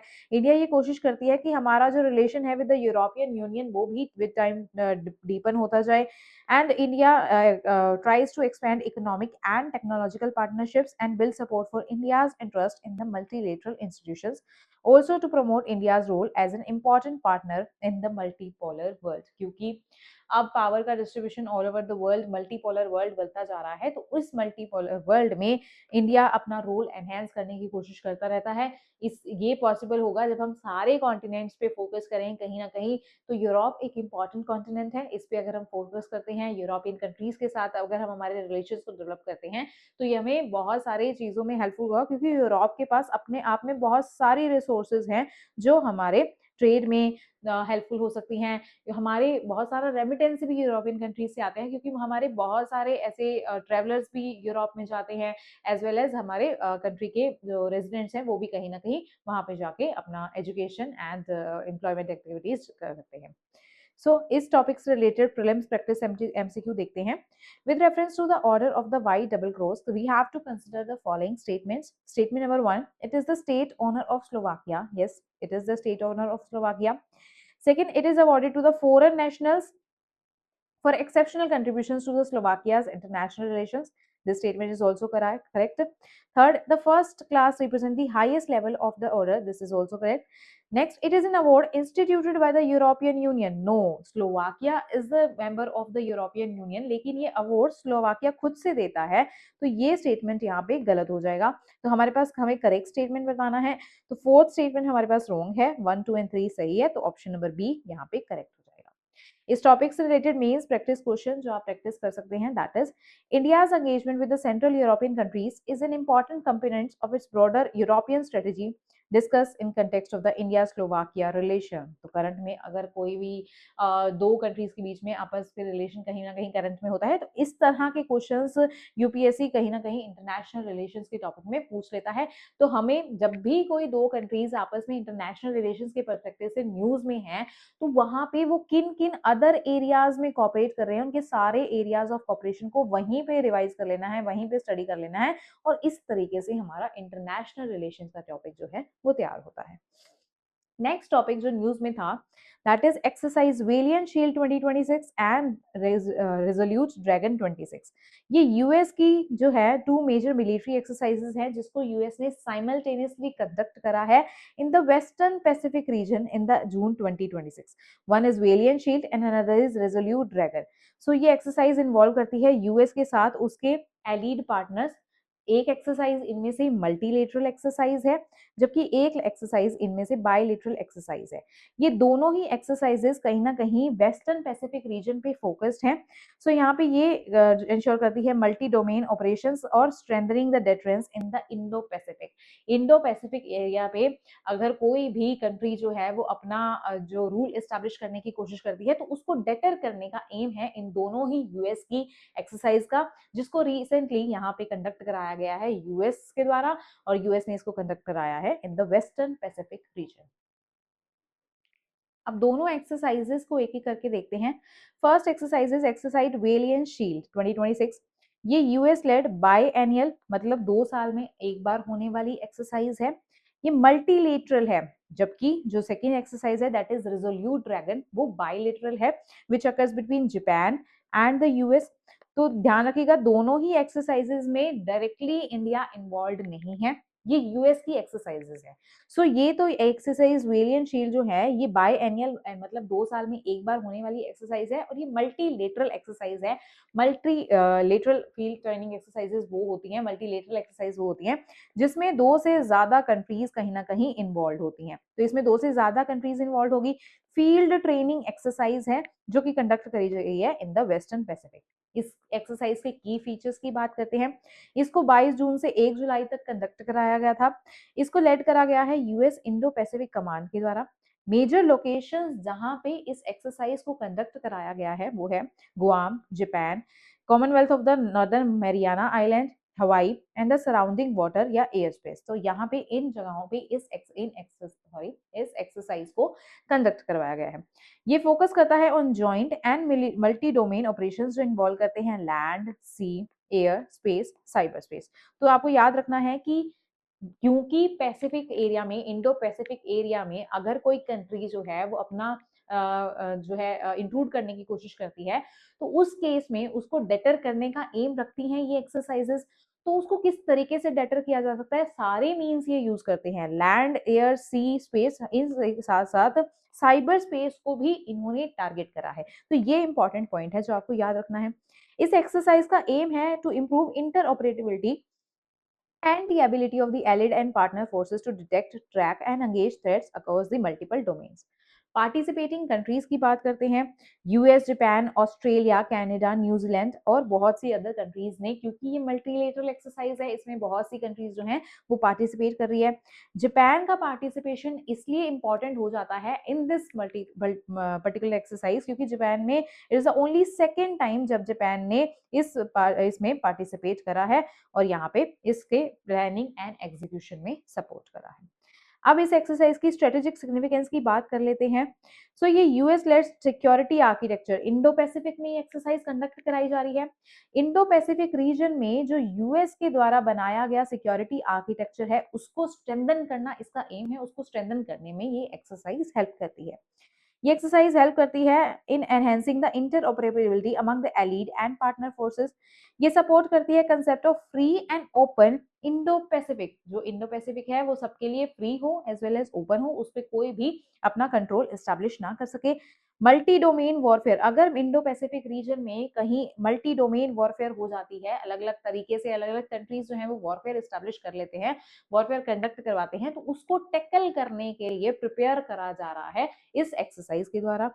strengthens deterrence and growing strategic competition in the Western Pacific।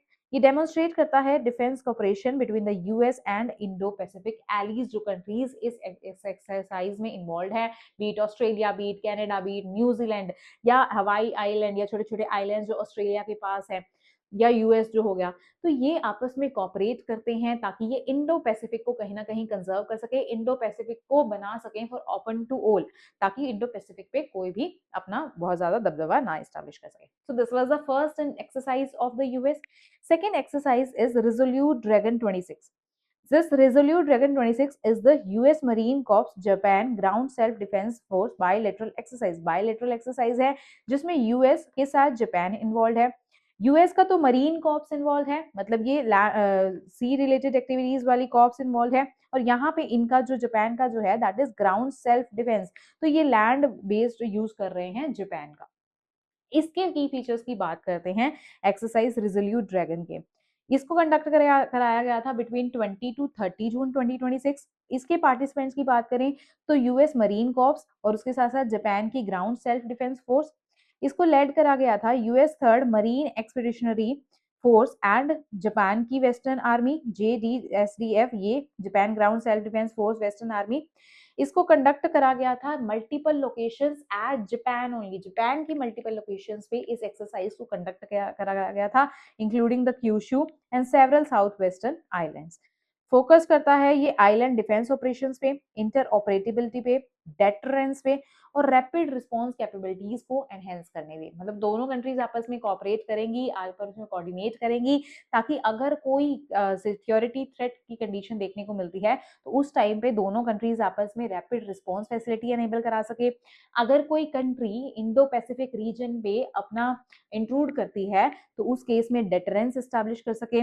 इंटरऑपरेटिबिलिटी, दोनों ही कंट्रीज आपस में एक दूसरे का कोऑपरेशन के साथ इस एक्सरसाइज को कंडक्ट कराते हैं। And island defence operations, islands जो जापान के यूज करे गए हैं वहां पे डिफेंस ऑपरेशंस एस्टैब्लिश कराए गए। फिर इसके स्ट्रेटेजिक सिग्निफिकेंस की बात करते हैं। ये एक्सरसाइज पर्टिकुलरली रेलिवेंट है जापान की सिक्योरिटी इन्वायरमेंट के लिए, क्योंकि यहाँ पे साउथ वेस्टर्न आइलैंड्स और सराउंडिंग वाटर्स जो हैं जापान के लगते हैं, ये वेस्टर्न पैसिफिक रीजन के साथ लगते हैं। तो ये वेस्टर्न पैसिफिक रीजन या पैसिफिक इंडो पैसिफिक रीजन के साथ लगते हैं।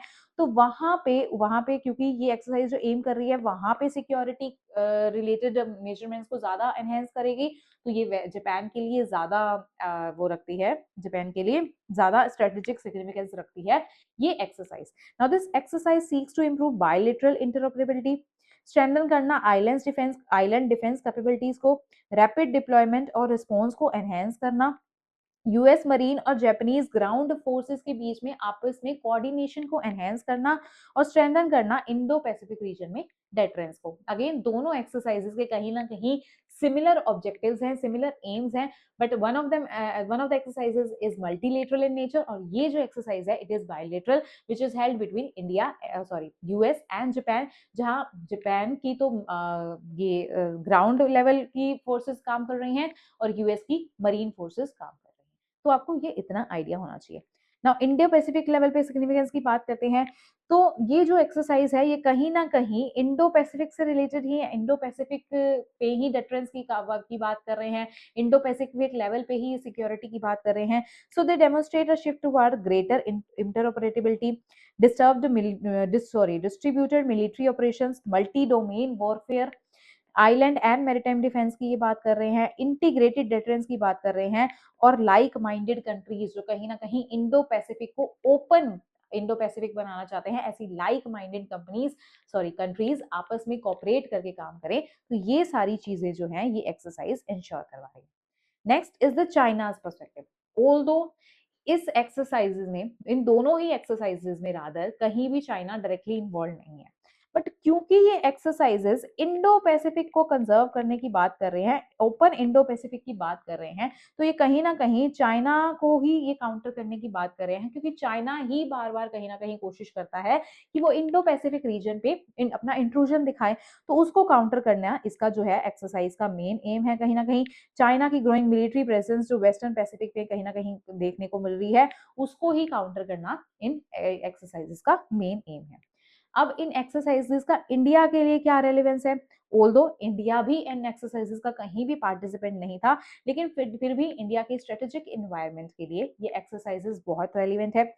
सबसे पहले इंडो पैसिफिक सिक्योरिटी को ध्यान में रखते हुए, क्योंकि इंडिया भी stronger network of partnership can influence the regional balance of power. India भी कहीं ना कहीं इंडो पैसिफिक का बहुत ही इंटीग्रल पार्ट है। तो कहीं ना कहीं अगर ये इंडो पैसिफिक जो है वो ओपन इंडो पैसिफिक रहता है, it is open for all, तो यहाँ पे इंडिया का ट्रेड रिलेटेड परस्पेक्टिव, इंडिया के सिक्योरिटी रिलेटेड कंसर्न्स, ये सारी चीजें ही कहीं ना कहीं इंपॉर्टेंस रखती है अगर इंडो पैसिफिक जो है उसकी सिक्योरिटी इंश्योर रहे। और ये एक्सरसाइज इंडो पैसिफिक की सिक्योरिटी को ही इंश्योर करना इनका मेन एम है। देन क्वाड कंटेक्स्ट, क्वाड में जो कंट्रीज इन्वॉल्व है that is US, Japan, Australia and fourth one is India. तो इसमें अब इनमें भी इंडिया को छोड़ के इन एक्सरसाइजेस में कहीं ना कहीं US, Japan and Australia involve है।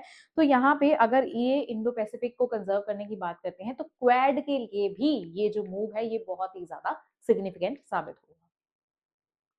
मैरीटाइम सिक्योरिटी, अब ये जो दोनों एक्सरसाइजेज हैं ये इंटरऑपरेटिबिलिटी को एनहेंस करने की बात करते हैं, जिससे यहाँ पे मैरीटाइम सिक्योरिटी भी और फ्रीडम ऑफ नेविगेशन भी यहाँ पे कोऑर्डिनेटेड अप्रोच के साथ एनहेंस करी जा सकती है। Strategic autonomy, India needs to maintain partnership with the multiple powers while avoiding the formal alliance commitments। तो यहाँ पे इन एक्सरसाइजेस के तहत ये जो कंट्रीज आपस में अलायंस में आ रही हैं, ये जो कंट्रीज आपस में कोऑर्डिनेट कर रही है, ये कहीं ना कहीं इंडिया को भी स्ट्रेटेजिक ऑटोनॉमी दे सकती है। China's growing presence, China western Pacific या इंडो पैसिफिक में अपनी कहीं ना कहीं ट्रेड के थ्रू या अपनी कैपेबिलिटीज को एनहेंस करना चाह रहा है इंडो पैसिफिक में, जिससे चाइना जो है इंडो पैसिफिक में ज्यादा अपनी ऑटोनॉमी को दिखा सके, तो उसको ये चेक करती है और इन रिटर्न ये इंडिया को भी प्रिवेंट करती है चाइना के इस इंट्रूजन से इन द इंडो पैसिफिक। इस टॉपिक से रिलेटेड प्रीलिम्स प्रैक्टिस क्वेश्चन देखते हैं। With reference to the military exercise Valiant Shield 2026 and Resolute Dragon 26, consider the following statements. First statement is Valiant Shield is a US-led multilateral exercise in the Western Pacific. Yes, it is a multilateral exercise. Second, Resolute Dragon is a bilateral exercise with between the US and Japan. Yes, this is a bilateral exercise between the US and Japan. Third, Valiant Shield focuses on multi-domain operation involving land, sea, air, space and cyber space. ये मैंने आपको बताया था, हाँ ये सारे ही जो segments हैं उनको इन्वॉल्व कर रही है, तो ये स्टेटमेंट भी यहाँ पे करेक्ट हो जाएगा। Fourth, India is a participating country in both the exercises. No, India is not a participating in country in both the exercise, तो ये स्टेटमेंट यहाँ पे गलत हो जाएगा। We have to tell the correct statements, तो 1, 2 एंड 3 ऑप्शन नंबर ए यहाँ पे करेक्ट हो जाएगा। मेंस प्रैक्टिस क्वेश्चन जो इस टॉपिक से रिलेटेड आप प्रैक्टिस कर सकते हैं। The growing frequency of military exercises in the western Pacific reflects the emergence of the increasingly network Indo Pacific security architecture. तो हमने फॉरमोस्ट एम ही पढ़ा था कि इस एक्सरसाइज का जो है दैट इज कि यूएस इस एक्सरसाइज को कंडक्ट करा रहा है ताकि इंडो पैसिफिक में यूएस अपना सिक्योरिटी आर्किटेक्चर जो है वो डेवलप कर सके, और यही चीज यहाँ पे मेंशन है। तो आप इस एक्सरसाइजेस को, इन दोनों ही एक्सरसाइजेस को कहीं ना कहीं ध्यान में रखते हुए इस आंसर को अटेम्प्ट कर सकते हैं। Next topic that was in news in the month of June related to the international relations was BRICS Indore Declaration. क्योंकि इंडिया 2026 में ब्रिक्स की चेयरमैनशिप इंडिया के पास है, तो ये हमारे लिए ज्यादा सिग्निफिकेंट हो जाता है टॉपिक। ब्रिक्स ने रिसेंटली एक इंदौर डिक्लेरेशन, जो ब्रिक्स की कंट्रीज मेंबर कंट्रीज हैं उन्होंने साइन करी है। ये इंदौर डिक्लेरेशन बेसिकली एग्रीकल्चर से रिलेटेड है, किस तरीके से हम एग्रीकल्चर में जो टेक्नोलॉजीज हैं उनका यूज कर सकते हैं, एआई का यूज कर सकते हैं।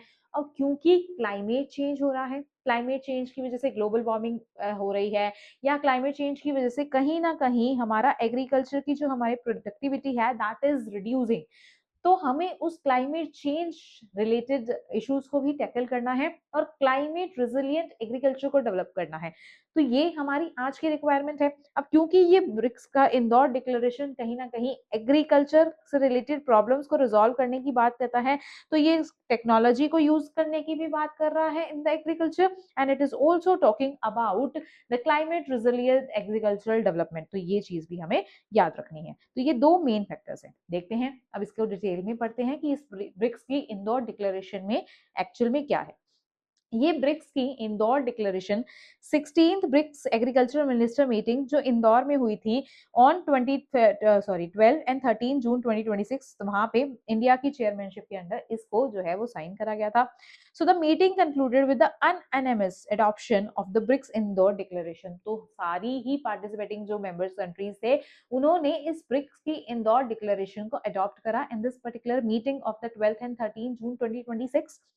अब फार्मर्स नाउ, अब ये देखते हैं कि इंदौर डिक्लेरेशन क्या है। अब ये यहाँ पे बताया गया it is a farmer centric framework, जिसका एम है कि फूड सिक्योरिटी पे हम कॉपरेट करें, एग्रीकल्चर का ट्रेड पे हम आपस में ये सारी कंट्रीज इंदौर डिक्लेरेशन के तहत कॉपरेट करें, सस्टेनेबल एग्रीकल्चर को प्रमोट करने की बात करी है, क्लाइमेट रेजिलिएंट एग्रीकल्चर को प्रमोट करने की बात करी है, एग्रीकल्चर सेक्टर में इनोवेशन को प्रमोट करने की बात करी है, और डिजिटल एग्रीकल्चर को प्रमोट करने की बात करिए। तो ये सारे मेन एम्स हैं of this BRICS Indore declaration. इसको डिटेल में पढ़ते हैं। इट्स अ जॉइंट डिक्लेरेशन, या जिसको अडॉप्ट करा था ब्रिक्स एग्रीकल्चर मिनिस्टर्स ने इंदौर में। ये प्लेस करती है फार्मर को, या पर्टिकुलरली जो स्मॉल लैंड होल्डिंग फार्मर्स हैं एंड फैमिली फार्मर्स हैं उनको at the centre of efforts to build resilient and sustainable food systems. क्योंकि एग्रीकल्चर में अगर मेजर चैलेंजेस की आज के टाइम पे बात करें तो एग्रीकल्चर में प्रोडक्टिविटी डिक्लाइन की वजह से फूड इनसिक्योरिटी भी देखने को मिल रही है, तो इसका मेन एम है फूड सिक्योरिटी को भी हमें इंश्योर कराना है। So it seeks to strengthen cooperation in the food and nutritional security की जो सारी की सारी जो ब्रिक्स कंट्रीज इस इंदौर डिक्लेरेशन को अडॉप्ट कर रही हैं वो आपस में फूड एंड न्यूट्रिशनल सिक्योरिटी के सेक्टर में कॉपरेट करेंगी। इसके अलावा फार्मर्स के लाइवलीहुड की एनहेंसमेंट की ये बात करता है। एग्रीकल्चर के प्रोड्यूस का ट्रेड आपस में ये कंट्रीज उस ट्रेड को बढ़ावा देंगी। क्लाइमेट रिजिलियंट एग्रीकल्चर को प्रमोट करने की बात कर रहा है। इसके साथ साथ रीजनरेटिव एग्रीकल्चर को भी प्रमोट करने की बात कर रहा है। डिजिटल एग्रीकल्चर, देन एग्रीकल्चर में रिसर्च और इनोवेशन को बढ़ावा देना। टेक्नोलॉजी, अगर किसी कंट्री ए के पास एग्रीकल्चर को डेवलप करने की कोई टेक्नोलॉजी है, वो ब्रिक्स का मेंबर है जिसने इस इंदौर डिक्लेरेशन को साइन करा है, वो कंट्री बी को ये टेक्नोलॉजी ट्रांसफर करेगा इसके लिए। और अगर इन्वेस्टमेंट कर सकता है कंट्री ए कंट्री बी में या आपस में एक दूसरे की कंट्रीज में एग्रीकल्चर सेक्टर में अगर आप इन्वेस्टमेंट कर सकते हैं तो उस इन्वेस्टमेंट को भी बढ़ावा दिया जाएगा under this Indore declaration. Conservation of traditional seeds and agriculture biodiversity. अब क्योंकि विद टाइम एग्रीकल्चर में प्रोडक्टिविटी में डिक्लाइन देखने को मिल रहा है, तो एग्रीकल्चर में जो डिफरेंट क्रॉप्स ग्रो करे जाते हैं, अब डिफरेंट क्रॉप्स की ही जो स्पीशीज होती हैं, डिफरेंट क्रॉप्स होते हैं, इसी को बोला जाता है एग्रीकल्चरल बायोडाइवर्सिटी। तो कहीं ना कहीं इस एग्रीकल्चरल बायोडाइवर्सिटी को मेंटेन करना, डेवलप करना, ये भी इसका वन ऑफ द एम्स है। 4 मेजर प्रायोरिटीज हैं इस इंदौर डिक्लेरेशन के तहत, that are food security, nutrition and livelihood as the first priority, जिसके तहत ये कहा गया है we will strengthen global and BRICS food security, nutrition को improve करने की बात करी है। small family holders, small farmers या small holder farmers and family farmers, इनको सपोर्ट करने की बात करी है। इनको credit, insurance, technology, inputs and markets, इनकी अवेलेबिलिटी एनहेंसमेंट की बात करी है। विमेन एंड यूथ का एग्रीकल्चर में पार्टिसिपेशन, उसको बढ़ावा देने की बात करी है। This was the first priority area. Second is the agricultural trade and cooperation. Fair, open, transparent और इंक्लूसिव एग्रीकल्चरल ट्रेड को प्रमोट करने की बात करी है। अननेसेसरी बैरियर जो एग्रीकल्चरल ट्रेड को लेके लगाए जाते हैं उनको रिड्यूस करने की बात करी है। फूड सेफ्टी और स्टैंडर्ड्स पे कॉपरेशन को इम्प्रूव करेंगे कि एक क्वालिटी कंटेंट, क्वालिटी फूड की अवेलेबिलिटी होनी चाहिए कि वो रिक्वायर्ड स्टैंडर्ड्स जो हमने सेट करे हैं क्वालिटी के, उसको भी फुलफिल करता हो। Strengthening discussion on the proposed BRICS grain exchange, जो ब्रिक्स ग्रेन एक्सचेंज है उस पे भी फर्दर उसके डिस्कशंस हम करेंगे कि उसको भी हम फर्दर कैसे इंप्लीमेंट कर सकते हैं। Supporting a developmental oriented multilateral trade system through the WTO, supporting a developmental oriented multilateral trading system through the World Trade Organization, और इंडिया में इसको सपोर्ट करेगा Indian council of agriculture research, that is ICAR।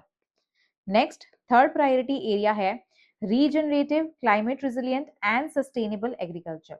तो regenerative और sustainable farming को promote करने की ये बात कर रहे हैं। क्लाइमेट चेंज को एड्रेस करना, लैंड डिग्रेडेशन जैसे इश्यूज को एड्रेस करना। लैंड डिग्रेडेशन में क्या है, जो लैंड हम एग्रीकल्चर के लिए यूज कर रहे हैं उसकी कहीं ना कहीं विद टाइम फर्टिलिटी रिड्यूस होती जा रही है, that is particularly known as the land degradation. Land की क्वालिटी में डिग्रेडेशन आना, उसको भी चेक करना, उसको भी एड्रेस करना। एंड बायोडाइवर्सिटी लॉस, जो डिफरेंट टाइप्स ऑफ क्रॉप्स हैं, क्रॉप्स की बायोडाइवर्सिटी वो भी रिड्यूस हो रही है। टाइप्स ऑफ क्रॉप्स जो हम पहले उगाया करते थे उसके कंपैरिजन में कम हो रहे हैं, उसको भी एड्रेस करना। नेचुरल और ऑर्गेनिक फार्मिंग को प्रमोट करना, जो हम केमिकल्स यूज करते हैं इन द एग्रीकल्चर, पेस्टिसाइड्स हो गए, हर्बिसाइड्स हो गए, इन सब के यूज को कम करना। ज्यादा से ज्यादा ऑर्गेनिक फार्मिंग और नेचुरल केमिकल लेस फार्मिंग पे शिफ्ट करना, ऑर्गेनिक फार्मिंग पे। Reducing the agricultural food loss and waste, जो भी हो रहा है उसको रिड्यूस करना। क्लाइमेट रिलेटेड मैकेनिज्म्स को एक्सप्लोर करना, including the carbon credits. Carbon credit हम एनवायरनमेंट में पढ़ते हैं, जहां पे अगर आपके पास कार्बन क्रेडिट है तो इसका मतलब है कि आपको जितना टारगेट दिया गया था, जितना फॉर एग्जांपल आपको 100 टन ऑफ कार्बन एमिशन का टारगेट था कि आप मैक्सिमम इतना कार्बन का एमिशन कर सकते हैं, लेकिन आपने 90 टन ऑफ कार्बन को ही एमिट करा है, तो उस केस में आप ये कार्बन क्रेडिट्स जो हैं वो सेल कर सकते हैं टू एनी अदर पर्सन, और इसके बदले आपको जो है आप मनी अर्न कर सकते हैं। तो ये एक इनोवेटिव मेथड है जिसके सहारे हम कार्बन का एमिशन जो है उसको रिड्यूस कर सकते हैं। ऐसे ही और इनोवेटिव मेथड्स को डेवलप करना ताकि हम हमारे क्लाइमेट को कंजर्व कर सकें। नेक्स्ट प्रायोरिटी एरिया है innovation, technology and investment. Digital architecture को कहीं ना कहीं प्रमोट करना, एआई, जियो special technologies, digital public infrastructure, इन सब चीजों को एग्रीकल्चर में कहीं ना कहीं यूज करना ताकि एग्रीकल्चर की प्रोडक्टिविटी को हम एनहेंस कर सके और हम इनोवेटिव सोल्यूशंस ला सके एग्रीकल्चर रिलेटेड जो भी प्रॉब्लम्स हैं उनके लिए। Strengthening agricultural research, promoting the partnership between the governments, universities, startups and the private sector। तो ये सारे सेक्टर्स क्या है, कहीं ना कहीं इनोवेटिव सॉल्यूशंस लाएंगे, कहीं ना कहीं हमें बताएंगे कि किस तरह से हम टेक्नोलॉजी का यूज करके एग्रीकल्चर की प्रोडक्टिविटी को एनहेंस कर सकते हैं, एग्रीकल्चर रिलेटेड चैलेंजेस को ओवरकम कर सकते हैं और एग्रीकल्चर का जो प्रोड्यूस है उसके ट्रेड को कैसे एनहेंस कर सकते हैं। तो इनका आपस में कॉपरेशन बहुत ज्यादा जरूरी है, इसको भी एनहेंस करने का एक हमारा प्रायोरिटी एरिया है। And ensuring that innovation move from lab to the land। तो जो भी एग्रीकल्चर रिलेटेड सेक्टर में हम जिस भी रिसर्च को करते हैं, अगर वो रिसर्च हमारी सक्सेसफुल हो जाती है तो उसको एग्रीकल्चरल लैंड पे इंप्लीमेंट करवाना is the main purpose behind the lab to the land. This is a key word जो आप अपने मेंस की आंसर राइटिंग में यूज कर सकते हैं और आपके आंसर को ये इफेक्टिव आंसर बना देता है। नाउ 4 न्यू इंस्टीट्यूशनल इनिशिएटिव्स भी लिए गए हैं इस इंदौर डिक्लेरेशन के तहत कि इंस्टीट्यूशंस डेवलप करे गए हैं इसके जो मेन प्रायोरिटी एरियाज हैं उनको इंप्लीमेंट करवाने के लिए। So first institution is BRICS network of centre of excellence on agro ecology and regenerative agriculture. एक तो इसके नाम से पता चल रहा है it is a centre of excellence जो एग्रो इकोलॉजी मतलब एग्रीकल्चर और इन्वायरमेंट के कॉम्बिनेशन की बात हो रही है कहीं ना कहीं, और regenerative agriculture sustainable agriculture practices को बढ़ावा देने के रिलेटेड बात हो रही है। सो ये प्रमोट करता है जॉइंट रिसर्च, नॉलेज शेयरिंग और कैपेसिटी बिल्डिंग को। ये फोकस करता है natural, organic and regenerative agriculture के रिलेटेड। तो ये आप इससे लिंक कर सकते हैं, जब रीजनरेटिव एग्रीकल्चर नाम से ही पता चल रहा था तो कहीं ना कहीं ये natural farming, organic farming, regenerative agriculture इनको प्रमोट करने के लिए काम कर रहा होगा। ये एम करता है climate resilient farming system. Again जब हम रीजनरेटिव एग्रीकल्चर की बात करते हैं तो क्लाइमेट रिजिलियंट एग्रीकल्चर सिस्टम कहीं ना कहीं अपने आप से आ जाता है। और इसमें कॉपरेट करेगा India's institute of farming system research जो मोदीपुरम मेरठ यूपी में प्रेजेंट है, वो इंस्टीट्यूट इसमें कॉपरेट करेगा, इसमें की रोल प्ले करेगा as India's centre of excellence in this field. Second जो इंस्टीट्यूशन है that is BRICS network on digital agriculture. अब नाम से ही पता चल रहा है ये डिजिटल एग्रीकल्चर, तो डिजिटल एग्रीकल्चर में अगर ये कंट्रीब्यूट करेगा तो एआई में, रिसर्च में, इन सब चीजों में ये कंट्रीब्यूट करेगा। सो इसमें क्या है, टेक्नोलॉजी का यूज होगा। तो ये कॉपरेशन प्रमोट करता है in the areas of AI, geospatial technology, digital public infrastructure, data driven agriculture, और इसको कोऑर्डिनेट करेगा इंडिया की तरफ से आईआईटी दिल्ली। इसका जो एम है एमर्जिंग टेक्नोलॉजीज को इस तरीके से यूज करना ताकि वो फार्मर्स के लिए ज्यादा से ज्यादा बेनिफिशियल साबित हो। नेक्स्ट है global forum on farmers rights in the seed system. ये सीड सिस्टम की बात कर रहे हैं तो सीड से रिलेटेड फंक्शन में ये इन्वॉल्व होगा। तो ये फार्मर का राइट, सीड से रिलेटेड किस तरीके से फार्मर्स के पास राइट्स होते हैं उस पर फोकस करेगा। ये इंडिजिनियस सीड वेराइटीज को डेवलप करने पे फोकस करेगा। ट्रेडिशनल एग्रीकल्चरल नॉलेज जो है फार्मर्स के पास उसको प्रोटेक्ट एंड कंजर्व करने के ऊपर फोकस करेगा। ये सीख करेगा balancing the farmers right with the plant breeders right. तो प्लांट ब्रीडर राइट्स के साथ फार्मर के राइट्स को बैलेंस करने के ऊपर ये फोकस करेगा। एंड इसमें इंडिया का जो ऑर्गेनाइजेशन इस फील्ड में कॉपरेट करेगा that is India's protection of the plant varieties and farmers rights authority, ICAR। This is a very important organisation जो कहीं ना कहीं हम इन्वायरमेंट में भी पढ़ते हैं, और ये प्लांट वेराइटीज और फार्मर्स राइट अथॉरिटी है तो ये इन्हीं सेक्टर पे काम करती है। सीड के सेक्टर में ये काम करती है, प्लांट की बायोडाइवर्सिटी से रिलेटेड ये जो है वो काम करती है। ये बहुत ही इंपॉर्टेंट ऑर्गेनाइजेशन है। नाउ नेक्स्ट फोर्थ ऑर्गेनाइजेशन जो इस फील्ड में काम करती है that is the BRICS agri IN. BRICS agri IN is agri inputs, ये genetic resources and information network, ये कहीं ना कहीं नाम से ही पता चला है इन सेक्टर्स में काम करेगी। So it aims to improve cooperation on the agriculture inputs, जो एग्रीकल्चरल इनपुट्स जो हैं उनके रिलेटेड कॉपरेशन में ये हेल्प करेगी। Sharing of the seeds and genetic resources को फैसिलिटेट करेगी, information exchange and technical cooperation को प्रमोट करेगी, एग्रीकल्चरल नॉलेज और रिसोर्सेज को की एक्सेस को इंप्रूव करने से रिलेटेड ये फोकस करेगी। नेक्स्ट है BRICS agriculture research platform. The declaration also streak to strengthen the existing, जो पहले से ही एक इंस्टीट्यूशन चल रहा है that is BRICS agriculture research platform, और इसी को ट्रांसफॉर्म करे नॉलेज टू एक्शन हब। हमने एक की टर्म पढ़ी थी that is lab to land, उसी को यहाँ पे इंटरचेंज करके कहा गया है नॉलेज टू एक्शन। लैब मतलब हमने जो रिसर्च करी उसको एग्रीकल्चरल लैंड में हम इम्प्लीमेंट करें, नॉलेज जो हमारे पास में है उसको हम एक्शन में लेके आए to improve the productivity in the agriculture sector. तो सिमिलर सी ये चीज है, बस वर्ड्स जो है वो डिफरेंट यूज करे गए हैं और आप इन दोनों ही तरह के वर्डिंग्स को यूज कर सकते हैं in your mains answer writing. So the objective is to ensure that the agricultural research and innovations reach farmers rather than remaining confined to the laboratories. तो सेम ही बात होगी, लैब टू लैंड के ही concept को ये यहाँ पर explain करा गया है। तो की आइडिया बिहाइंड दिस इज की दिस इज की रिसर्च करें, इनोवेशन करें, टेक्नोलॉजी का ट्रांसफर करें, फिर इस टेक्नोलॉजी ट्रांसफर को फील्ड में एप्लीकेशन अप्लाई करें, फील्ड एप्लीकेशन करें, सो दैट फार्मर्स को इसका पूरे तरीके से बेनिफिट मिल सके। अब ये इंदौर डिक्लेरेशन इंपॉर्टेंट क्यों है? फूड सिक्योरिटी के पर्सपेक्टिव से ये इंपॉर्टेंट है। ब्रिक्स कंट्रीज अगर कलेक्टिवली इस इन चीजों में, ब्रिक्स कंट्रीज के पास बहुत ज्यादा वर्ल्ड की पॉपुलेशन का बहुत अच्छा खासा शेयर ये रखते हैं, एग्रीकल्चर लैंड इनके पास अच्छी खासी है, फूड गेन का प्रोडक्शन इनके पास अच्छा है, तो अगर ये आपस में कॉपरेट करते हैं in the field of agriculture productivity enhancement, तो ये रिजल्ट अगर इनको देती हैं तो यहाँ पे हमारी लार्ज पॉपुलेशन जो है वो इम्पैक्टेड होती है with this food security.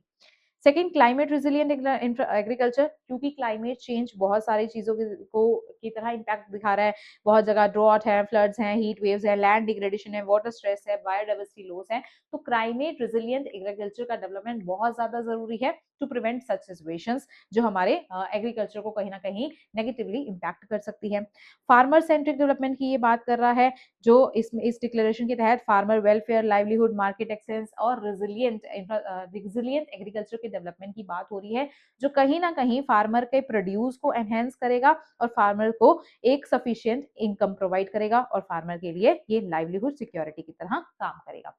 Digital agriculture की बात हो रही है, तो हम AI, Jio special technologies and digital public infrastructure को यूज करके crop monitoring, weather advisories, resource management, precision agriculture, market access and agriculture decision making को एनहेंस कर सकते हैं। फिर seed sovereignty and agro biodiversity की बात हो रही है। The global forum on farmers rights in seed system ये हाईलाइट करता है importance of the indigenous seeds, traditional knowledge, agriculture biodiversity and farmers rights. This particularly relevant in the context of the changing climate change and the food security। उसके लिए ये बहुत ज्यादा important है, seed sovereignty and agro biodiversity। Agricultural diplomacy, ये declaration demonstrate कर रहा है कि किस तरीके से ब्रिक्स एग्रीकल्चर से रिलेटेड जो ट्रेडिशनल एरियाज हम जिनको टेकल करते हैं उनसे बियॉन्ड जाके किस तरीके से एग्रीकल्चर को फूड, एग्रीकल्चर में टेक्नोलॉजी एंड सस्टेनेबल डेवलपमेंट की तरफ मूव कर रहा है, तो ये इसकी इंपॉर्टेंस हो जाएगी। इस टॉपिक से related prelims related MCQ practice करते हैं। With reference to the BRICS Indore Declaration, we have to consider the following statements. First statement is it was adopted at the 16th BRICS Agriculture Minister meetings that was held in Indore. So this statement is correct. Second statement is the declaration it places the smallholders or family farmers को रखता है at the center of agricultural agenda. Yes, it is keeping small farmers, smallholders at the center of the agricultural agenda. So this statement is also correct. Third statement is the BRICS network on the digital agriculture will be coordinated by IIT Delhi. Yes, we have read this. The IIT Delhi इसको coordinate करेगा. So this statement is also correct. Fourth statement is the Global Forum on the Farmers' Rights in the Seed System seeks to replace plant breeders' rights with the farmers' right. No, it is not replacing it. On the contrary, ये आपस में cooperate करके चलने की यहाँ पर बात करी है, तो ये स्टेटमेंट यहाँ पे गलत हो जाएगा। Now we have to tell which of the following statements above are correct. तो यहाँ पे हमारा फर्स्ट सेकंड एंड थर्ड तीनों ही स्टेटमेंट करेक्ट है और फोर्थ स्टेटमेंट गलत है, तो ऑप्शन नंबर बी हमारे पास करेक्ट आंसर हो जाएगा। फिर मेंस प्रैक्टिस क्वेश्चन जो आप इस टॉपिक से रिलेटेड प्रैक्टिस कर सकते हैं, that is the BRICS Indore declaration demonstrates the growing role of the food and agricultural corporation in the global south diplomacy. We have to discuss in the 15 marks and 250 words. Next topic है 57th G7 summit Evian 2026 इसको बोला जाता है। G7 के बारे में अगर बात करें तो ये डेवलप्ड कंट्रीज का ग्रुप है। इंडिया इसका मेंबर नहीं है, बट इंडिया इसकी समिट्स को काफी टाइम से इंडिया की तरफ से रिप्रेजेंट करा जा रहा है, अटेंड करा जा रहा है, इंडिया को एज अ गेस्ट कंट्री बुलाया जा रहा है इनकी समिट्स में, G7 की समिट्स में। तो फर्स्ट फैक्ट आपको याद रखना है, इंडिया इसका परमानेंट मेंबर नहीं है। डेवलप्ड कंट्रीज जनरली इसको रिप्रेजेंट कर रही होती हैं और बहुत ही इंपॉर्टेंट कंट्रीज इसको रिप्रेजेंट कर रही होती हैं। ये फॉर्म हुआ था G6 की तरह, जिसमें 6 कंट्रीज जो हैं वो इन्वॉल्व थी। विद टाइम इसमें डिफरेंट कंट्रीज जैसे कि कनाडा ऐड हुआ, रशिया ऐड हुआ, तो ये G8 बन गया था। फिर फर्दर जब कनाडा ने क्रीमिया का एनेक्सेशन करा था, तब रशिया ने जब क्रीमिया का एनेक्सेशन करा था, तब रशिया से G7 की मेंबरशिप ले ली थी और तब से ये एज अ G7 ऑर्गेनाइजेशन काम कर रहा है। ईयू भी इसके इंपॉर्टेंट मीटिंग्स में पार्टिसिपेट करता है, बट ईयू को as a G7 permanent member इस काउंटिंग में काउंट नहीं किया जाता। तो ये कुछ इंपॉर्टेंट फैक्ट्स हैं जो आपको इस G7 के बारे में याद रखने हैं। और रिसेंट जो G7 समिट हुई थी that was in the Evian les Bains, France में ये हुई थी और फ्रांस ने ही यहाँ पे इंडिया को इन्वाइट करा था in this G7 meeting. Although India इसका मेंबर नहीं है, but as a guest India को इनवाइट करा जाता है। सो यहाँ पे 13th ओवरऑल पार्टिसिपेशन है इंडिया की तरफ से और 7th कंसेक्यूटिव है हमारे current prime minister Narendra Modi के द्वारा and this G7 summit. So France ने इंडिया के अलावा भी अदर कंट्रीज को भी इनवाइट करा था, जो है Brazil, Egypt, Kenya, south Korea, इनको भी एज पार्टनर कंट्रीज इनवाइट करा था, ऑल्दो ये G7 के मेंबर्स नहीं है। So the summit focused on the international partnership. ये अब फोकस एरियाज क्या थे, ये बहुत इंपॉर्टेंट होते हैं, वो आपको याद रखने हैं। So this summit focused on the international partnerships, sustainable and balanced growth, AI पे भी इसने बात करी थी, and geopolitical crisis and global economic challenges पे भी इसमें इस समिट ने फोकस करा था। G7 की बात करें, ये एक इनफॉर्मल फोरम है जो मेजर एडवांस्ड इकोनॉमीज से कंस्टिट्यूट करता है और इसकी मेंबर्स की बात करें तो वो है Canada, France, Germany, Italy, Japan, UK and US. UK US major countries हैं, आपको याद रखनी है। एशिया की तरफ से इसको रिप्रेजेंट कर रहा है Japan, then France, Germany, Italy, ये यूरोपियन कंट्रीज होगी, एंड कनाडा, यूएस के साथ आप कनाडा को भी याद रख सकते हैं। यूपीएससी ने 2020 के प्रीलिम्स में G20 के मेंबर्स के बारे में भी पूछ लिया था कि कौन से ऐसा G20 के मेंबर्स उनमें से कौन से हैं, और डिफरेंट ऑप्शंस दिए गए थे। अब इतनी बड़ी ऑर्गेनाइजेशन जिसमें 20 मेंबर्स हैं, उसके बारे में यूपीएससी ने अगर क्वेश्चन पूछ लिया तो हमें 7 मेंबर्स वाला ये G7 के मेंबर्स तो बहुत अच्छे से याद होने चाहिए। आप इसको मैप को ध्यान में रखते हुए भी आप याद रख सकते हैं कि यूएस जो है उसके साथ फिर कनाडा आता है। फिर यूरोपियन कंट्रीज की बात करें तो we have France, we have Germany, we have UK, we have Italy. Asia से इसको रिप्रेजेंट कर रहा है जापान, एंड मेजर कंट्रीज यहाँ पर कवर हो जाती हैं। तो ये 7 कंट्रीज इसका पार्ट है। और ये जो प्लेटफॉर्म है, ये G7 जो है, ये एक इनफॉर्मल ग्रुपिंग है और इसका जो मेन पर्पस है that is to coordinate on the global economic, political and security issues, और इसी के अराउंड ये जो G7 है ये वर्क करता है। ईयू के बारे में मैंने आपको बताया कि यूरोपियन यूनियन भी इसके इंपॉर्टेंट डिस्कशंस में फुल्ली पार्टिसिपेट करता है, लेकिन जब G7 मेंबर्स की 7 कंट्रीज की हम काउंटिंग करते हैं तो यूरोपियन यूनियन को हम काउंट नहीं करते हैं। तो G7 में 7 कंट्रीज मेंबर है। यूरोपियन यूनियन एक ऑर्गेनाइजेशन है जो इसकी इसमें पार्टिसिपेट करती है इसके डिस्कशंस में। ये ओरिजिनेट हुआ था, जो G7 है ये 1970s में बना था और उस टाइम पे ग्लोबल इकोनॉमिक इंस्टेबिलिटी और ऑयल क्राइसिस चल रहे थे और उसको ध्यान में रखते हुए इस ग्रुपिंग को बनाया गया था। इनिशियली इसमें G6 मेंबर थे। 1976 में कनाडा को ऐड करा गया, 1998 में रशिया को ऐड करा गया, बट 2014 में जब रशिया ने क्रीमिया का एनेक्सेशन कर दिया तो उसके इस एनेक्सेशन को देखते हुए रशिया को इस ग्रुपिंग से बाहर कर दिया और तब से ये एक G7 ऑर्गेनाइजेशन है जिसमें जो 7 मेंबर्स हैं वो मैंने आपको ऑलरेडी ही बता दिए। इंडिया इसका परमानेंट मेंबर नहीं है, but as a partner guest इसको इनवाइट करा जाता है। 13th ओवरऑल इंडियन पार्टिसिपेशन इस बार जो देखा गया that was the 13th overall Indian participation, और जो करंट प्राइम मिनिस्टर है उनके टाइम पीरियड में ये 7th कंसेक्यूटिव पार्टिसिपेशन है फ्रॉम द इंडिया साइड। और इंडिया का जो एंगेजमेंट है ये रिप्रेजेंट करता है voice of the global south. तो ये सिग्निफिकेंस है इंडिया का G7 में पार्टिसिपेट करने का। इंडिया का रेगुलर इनविटेशन रिफ्लेक्ट करता है कि किस तरीके से इंडिया का जो इम्पोर्टेंस है इन द मेजर इश्यूज वो जो है विद टाइम डेवलप होता जा रहा है, B it development, technology, energy, climate and international security. तो ये सारी इंपॉर्टेंस ये दिखाता है इंडिया का participation in this G7 summit. अब जो मेजर इश्यूज, अब ये जो फ्रांस में जो ये समिट हुई है उसमें मेजर इश्यूज जो डिस्कस करे गए हैं इन दिस G7 समिट वो बात करते हैं। First is the global economic growth.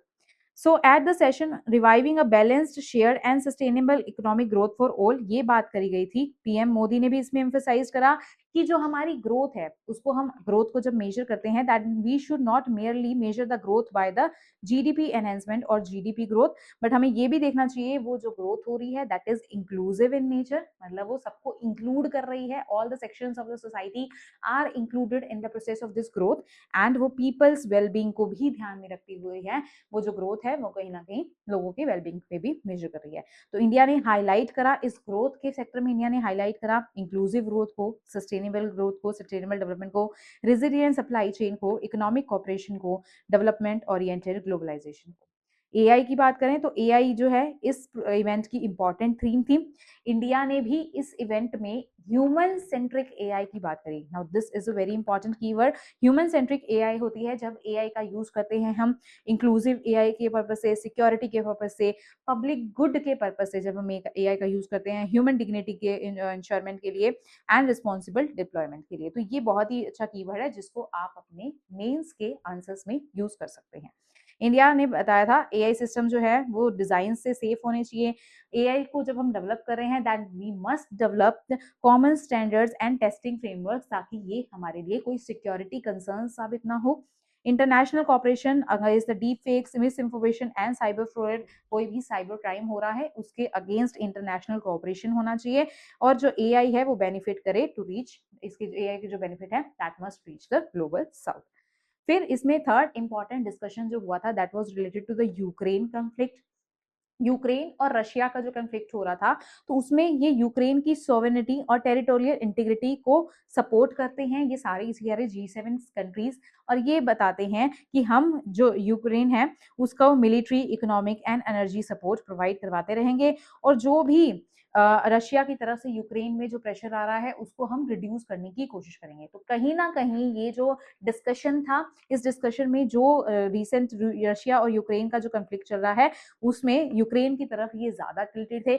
Ukraine जो है उसको एज अ सॉवरेन नेशन हम कंसिडर करते हैं। फोर्थ जो इंपॉर्टेंट डिस्कशन इस मीटिंग में करा गया था that was the West Asia and the strait of Hormuz. Strait of Hormuz जो है वो ईरान यूएस की कंफ्लिक्ट की वजह से कहीं ना कहीं उसको जो है सीज कर दिया गया है, उसको ब्लॉकेड के इश्यूज उसमें देखे जा रहे हैं, तो उसको उसको ये क्रिटिसाइज करते हैं कि जो स्ट्रेट ऑफ हॉर्मुज है उसको इस तरीके से ऐसे चौक नहीं करना चाहिए। इंडिया के लिए ये पर्टिकुलरली ज्यादा इम्पॉर्टेंट है क्योंकि स्ट्रेट ऑफ हॉर्मुज से हमारा बहुत सारा energy transportation, crude oil transportation, trade जो है, इम्पोर्ट एक्सपोर्ट जो है वो देखने को मिलता है। तो इंडिया के लिए पर्टिकुलरली ये ज्यादा इंपॉर्टेंट है for the energy security. Indian seafarers जो इस टाइम पे इस ब्लॉकेड की वजह से इश्यूज फेस कर रहे हैं जो मैंने पहले भी इस वीडियो में डिस्कस करा है। मैरीटाइम ट्रेड के लिए इंपॉर्टेंट है। फ्रीडम ऑफ नेविगेशन जो राइट है हर एक सी फेयरर का उसको भी प्रोटेक्ट करने के लिए ये यूजफुल है। And stability of the global supply chains. PM Modi also discussed the safety of the Indian seafarers and freedom of navigation with the US president on the sidelines of the summit। मतलब जो issues देखने को मिल रहे थे जिसमें जो है हमने पहले भी न्यूज पढ़ी थी कि जहाँ पे जो नेविगेशन का जो राइट था उसको वॉयलेट कर रही थी कहीं ना कहीं यूएस, हमारे जो इंडियन सी फेयरर्स जा रहे थे उन शिप्स पे अटैक करके। तो उसके बारे में भी यहाँ पे पीएम मोदी ने on the sidelines of this summit वहां यूएस के प्रेसिडेंट से बात करी है।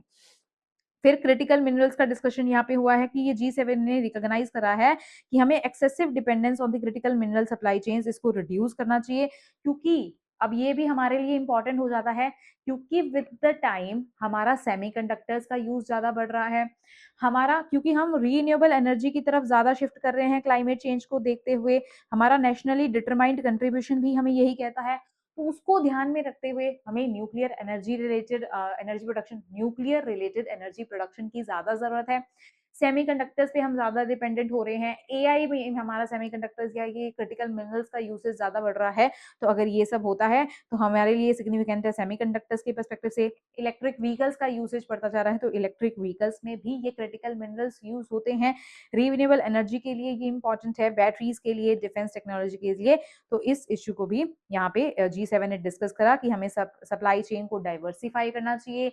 The critical mineral supplies must not be concentrated to the few nations, ये जो है इसको डाइवर्सिफाई करने की जरूरत है। इस बात को लेके इस G7 समिट में यहाँ पे डिस्कशन हुआ था और इकोनॉमिक सिक्योरिटी की भी बात करी थी related to the critical minerals. Then international partnership की बात करते हैं, फ्रांस ने अडॉप्ट करा कि ये जो पार्टनर कंट्रीज हैं, हम सारी पार्टनर्स कंट्रीज को कुछ एक सिग्निफिकेंट इश्यूज या सिग्निफिकेंट चैलेंजेस, जो ग्लोबल चैलेंजेस हैं, उनको टैकल करने के लिए एक साथ आना पड़ेगा। और वो ग्लोबल चैलेंजेस जैसे climate change, energy security, food security, AI, health and cyber security, तो ये जो इश्यूज हैं, ये कहीं ना कहीं ग्लोबली सारी ही कंट्रीज फेस कर रही हैं, और इन चैलेंजेस को फेस करने के लिए सारी ही कंट्रीज को यहाँ पे आपस में एक साथ आना पड़ेगा और इन चैलेंजेस को एड्रेस करना पड़ेगा। फिर यहाँ पे 9 डिक्लेरेशंस जो हैं वो अडॉप्ट करी गई। ये 9 डिक्लेरेशंस डिफरेंट डिफरेंट मुद्दों से सिचुएटेड एसोसिएटेड हैं, और वो डिफरेंट डिफरेंट इश्यूज जो हैं, यूक्रेन का इशू हो गया, मिडल ईस्ट का इशू हो गया, लेबनान का इशू हो गया, macro economic imbalances, digital and AI, critical minerals, cancer, Ebola, drug trafficking, international partnership and migrant smuggling. तो एक बार आपको ये लिस्ट पढ़ लेनी है कि इन केस अगर क्वेश्चन आ जाता है तो आपको आइडिया होना चाहिए कि इस 9 डिक्लेरेशन में एक्चुअल में किन इश्यूज के ऊपर G7 समिट में डिस्कशन जो है वो हुआ था। So the summit therefore combines geopolitical issues with the economic, technological and humanitarian concerns. तो ये इन सब चीजों को कंबाइन करती है। अब इस G7 समिट और G7 समिट में जिस भी तरीके के डिस्कशंस हुए, उसका इंडिया के लिए क्या सिग्निफिकेंस है वो देखते हैं। सबसे पहले voice of the global south, सबसे पहले तो इंडिया यहाँ पे इस समिट में इनवाइटेड है, तो ये कहीं ना कहीं voice of the global south को रिप्रेजेंट करता है। Second, strategic autonomy. तो G7 समिट में इंडिया को बार बार अगर इन्वाइट किया जा रहा है, एज अ गेस्ट कंट्री इसको बुलाया जा रहा है, तो ये कहीं ना कहीं हम G7 के साथ कॉपरेट कर सकते हैं। उसके साथ साथ हम जो अदर ऑर्गेनाइजेशंस जिनके साथ हम बात कर रहे हैं, जैसे ब्रिक्स, एससीओ और अदर मल्टीलेटरल ग्रुपिंग्स के साथ जो हम अपनी डिप्लोमेसी इस्टेब्लिश कर रहे हैं, उसको भी कंटिन्यू कर सकते हैं। तो ये हमारी स्ट्रेटेजिक ऑटोनॉमी को दिखाता है। थर्ड, टेक्नोलॉजी डिप्लोमेसी, क्योंकि इंडिया ने भी यहाँ पे ह्यूमन सेंट्रिक एआई को स्ट्रेंथन करने की बात करी है, और इसका रोल जो शेप कर इसका role in shaping the emerging global technology norms, तो इंडिया ने इसको एम्फसाइज करा है। तो कहीं ना कहीं ये हमारी टेक्नोलॉजी डिप्लोमेसी दिखाता है। एनर्जी सिक्योरिटी, तो स्ट्रेट ऑफ हॉर्मूज को ओपन करने की बात करी है, और स्ट्रेट ऑफ हॉर्मूज कहीं ना कहीं इंडिया की एनर्जी सिक्योरिटी के पर्सपेक्टिव से बहुत ज्यादा इंपॉर्टेंट है। Next, supply chain resilience, critical minerals से रिलेटेड, क्रिटिकल मिनरल्स की सोर्स को डाइवर्सिफाई करने की बात करी है। इसको इकोनॉमिक पर्सपेक्टिव से जो है वो इसकी डिपेंडेंस को रिड्यूस करने की बात करी है। तो ये कहीं ना कहीं हमारी सप्लाई चेन को एनहेंस करेगा and supply chain resilience maintain करेगा। इंडिया ईयू रिलेशंस, तो यहाँ पे पीएम मोदी यूरोपियन काउंसिल और यूरोपियन कमीशन के प्रेसिडेंट से भी मिले थे on the sideline of this G7 summit. तो ये हमारे India EU free trade agreement और importance of the diversifying supply chains, उनके लिए भी कहीं ना कहीं इंपॉर्टेंट हो जाता है। तो ये सिग्निफिकेंस है इस G7 समिट में इंडिया के पार्टिसिपेशन की। फिर इस G7 समिट के चैलेंजेस या क्रिटिसिज्म की बात करते हैं। अब कोई भी इंटरनेशनल ऑर्गेनाइजेशन, जब आप मेंस के पर्सपेक्टिव से पढ़ते हैं, ये इंटरनेशनल ऑर्गेनाइजेशंस के बारे में जब हम पढ़ते हैं, तो ये एक्चुअल में इन ग्रुपिंग्स में मेंबर्स कौन कौन से हम ये पढ़ते हैं, ये कब फॉर्म हुआ था, इसके फॉर्मेशन का ऑब्जेक्टिव या एम्स क्या क्या हैं, और फिर हम पढ़ते हैं कि क्या इस ग्रुपिंग में पर्टिकुलरली चैलेंजेस हैं। तो यही हमारा पढ़ने का सही तरीका होता है इन इंटरनेशनल ग्रुपिंग्स को। तो G7 में अगर हम सबसे बड़ी कमी देखें, क्योंकि इसमें सेलेक्टिवली सिर्फ 7 मेंबर्स हैं, उन 7 डेवलप्ड मेंबर्स को ही ये पूरा पूरा अपना पूरे वर्ल्ड का ग्लोबल रिप्रेजेंटेशन कंसिडर करते हैं। बट वो 7 मेंबर्स इनफ नहीं है, बहुत सारी कंट्रीज ऐसी हैं जिनको इस ग्रुपिंग का मेंबरशिप जो है वो मिलना चाहिए। So it has limited representation of the developing countries इसमें रिप्रेजेंटेड नहीं है, क्योंकि इसमें ज्यादातर कंट्रीज डेवलप्ड कंट्रीज हैं। ये एंटायर ग्लोबल इकोनॉमी या एंटायर पॉपुलेशन को रिप्रेजेंट नहीं करता, क्योंकि ये बहुत ही सिलेक्टिव कंट्रीज से मिलके बना हुआ है। ये growing importance of emerging economies makes broader platform such as G20, ये इंक्रीजिंगली इंपॉर्टेंट हो रहा है, क्योंकि इसमें 20 नेशंस इंक्लूडेड हैं और 20 मोस्ट इंपॉर्टेंट नेशंस इंक्लूडेड हैं। तो ये आपको G20 के मेंबर्स के बारे में भी पता होना चाहिए। And the divergent interest among members can limit consensus.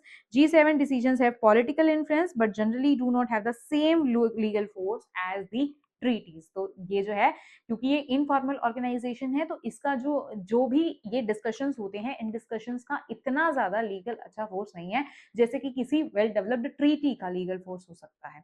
सो इस टॉपिक से रिलेटेड हम एक एमसीक्यू सॉल्व कर लेते हैं। With reference to the G7, that is group of 7, consider the following statement. First statement is the European Union participates in G7 discussions but is not counted among the 7 members. Yes, this statement is correct. Next statement है Russia is currently a member of G7. No, Russia was removed as a member of the G7 after the annexation of the Crimea by the Russia. So this statement is wrong. Now, third statement is India is a permanent member of the G7. No, India is not a permanent member of G7. India को सिर्फ as a guest country यहाँ पे invite करा जाता है. So this statement is also incorrect. Next statement is the G7 originated in the 1970s, yes, amid global economic instability. Yes, this statement is correct. Now we have to tell about the correct statements. So statement number 1 and statement number 4 are correct. So option number A will be correct here. Mains practice question जो आप इस topic से related practice कर सकते हैं is India's participation in the G7 reflects its growing role in global governance despite not being a formal member of the grouping. We have to discuss in 250 words. तो ये आप question जो है इससे related attempt कर सकते हैं. Next topic है India UK minerals global supply chain observatory. नाम से ही पता चल रहा है ये बायोलेटरल कॉपरेशन है between the India and the UK.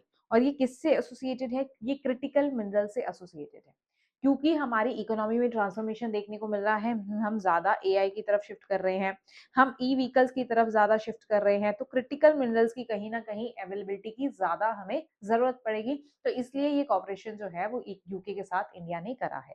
अब इसका काम क्या होगा?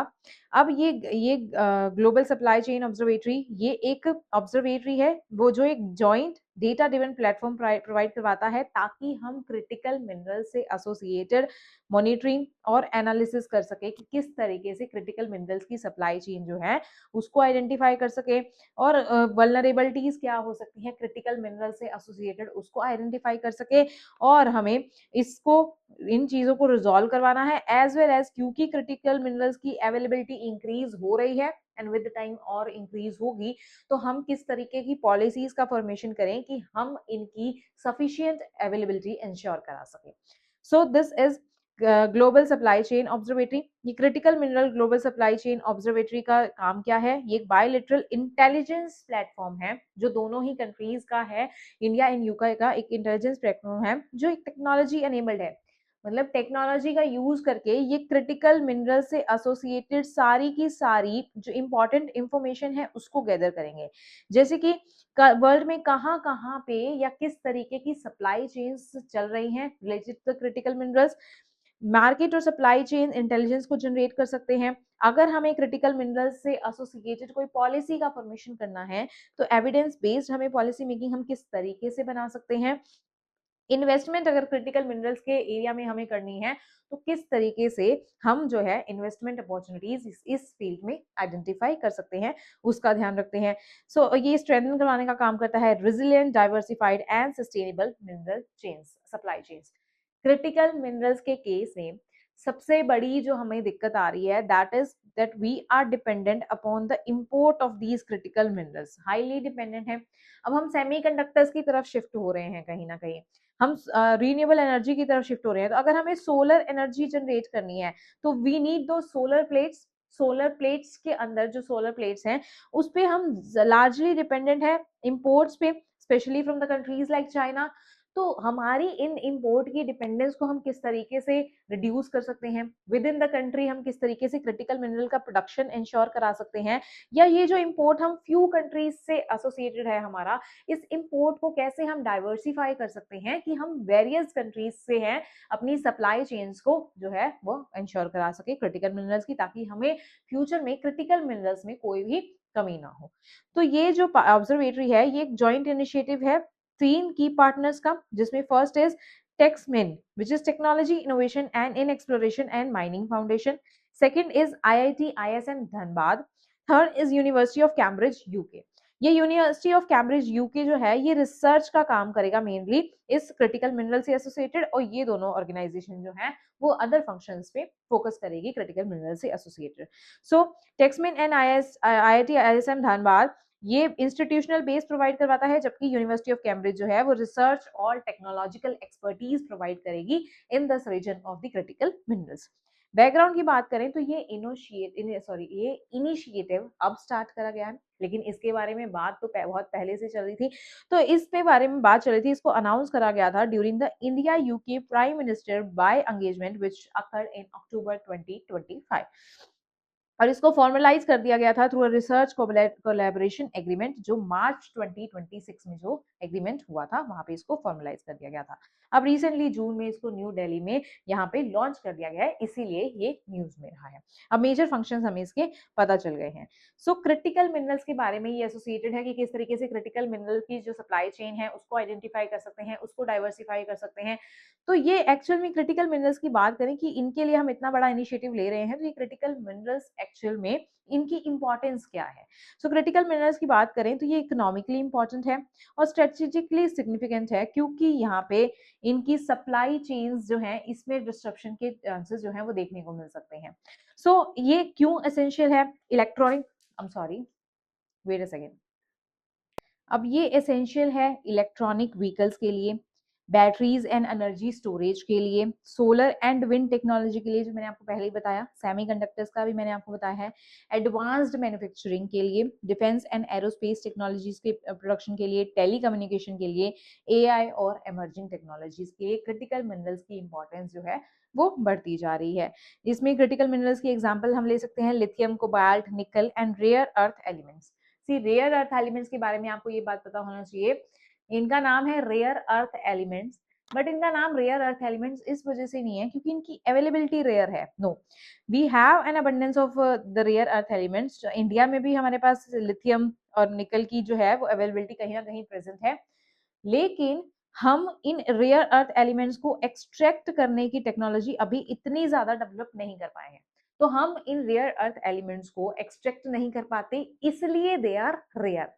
और ये क्योंकि अर्थ में मिलते हैं, that's why they are known as the rare earth elements. ये भी बहुत ज्यादा इंपॉर्टेंट होते हैं हमारे ई व्हीकल्स के लिए, सेमीकंडक्टर्स के लिए या फिर सोलर एंड विंड टेक्नोलॉजीज के लिए, और इनकी इंपॉर्टेंस भी विद टाइम जो है वो एनहेंस होती जा रही है। एंड क्रिटिकल मिनरल्स की कैटेगरी में ये आते हैं, और ये भी कहीं ना कहीं इनके केस में भी हम इंपोर्ट पे बहुत ज्यादा डिपेंडेंट है। सो शिफ्ट होते हैं क्रिटिकल मिनरल्स के बारे में या इस ग्लोबल सप्लाई चेन के बारे में, ग्लोबल सप्लाई चेन ऑब्जर्वेटरी की तरफ। So what is supply security, why is supply security a concern? क्योंकि क्रिटिकल मिनरल्स की जो सप्लाई चेन्स हैं वो कुछ ज्योग्राफिकल एरियाज में ही कंसंट्रेटेड हैं, तो हमें इस सप्लाई चेन को डाइवर्सिफाई करने की जरूरत है, क्योंकि अगर उन ज्योग्राफिकल एरियाज में किसी तरीके का कोई इशू आ जाता है या उन ज्योग्राफिकल एरियाज उन कंट्रीज के साथ हमारा किसी तरीके का कोई कंसर्न या कोई इशू बन जाता है, तो उस केस में हमारी सप्लाई चेन डिस्टर्ब नहीं होनी चाहिए। ये हमारा फोरमोस्ट कंसर्न है। Second, dependence on the limited number of countries, जो मैंने आपको बता ही दिया। Third is export restrictions and trade disruptions. ये भी वर्ल्ड ओवर बहुत बार देखने को मिलता है, जब आपस में कई कंट्रीज का कोई कंसर्न हो जाता है तो इस तरीके के ट्रेड रिस्ट्रिक्शंस, जैसे यूएस ट्रेड रिस्ट्रिक्शंस लगाता है, तो वो भी जो है वो हमारी सप्लाई चेन में डिस्ट्रप्शन का काम कर सकती है। Geopolitical tensions, with time different countries की आपस में जियोपॉलिटिकल टेंशंस बढ़ती जा रही हैं, which can again a challenge for the supply of the critical minerals.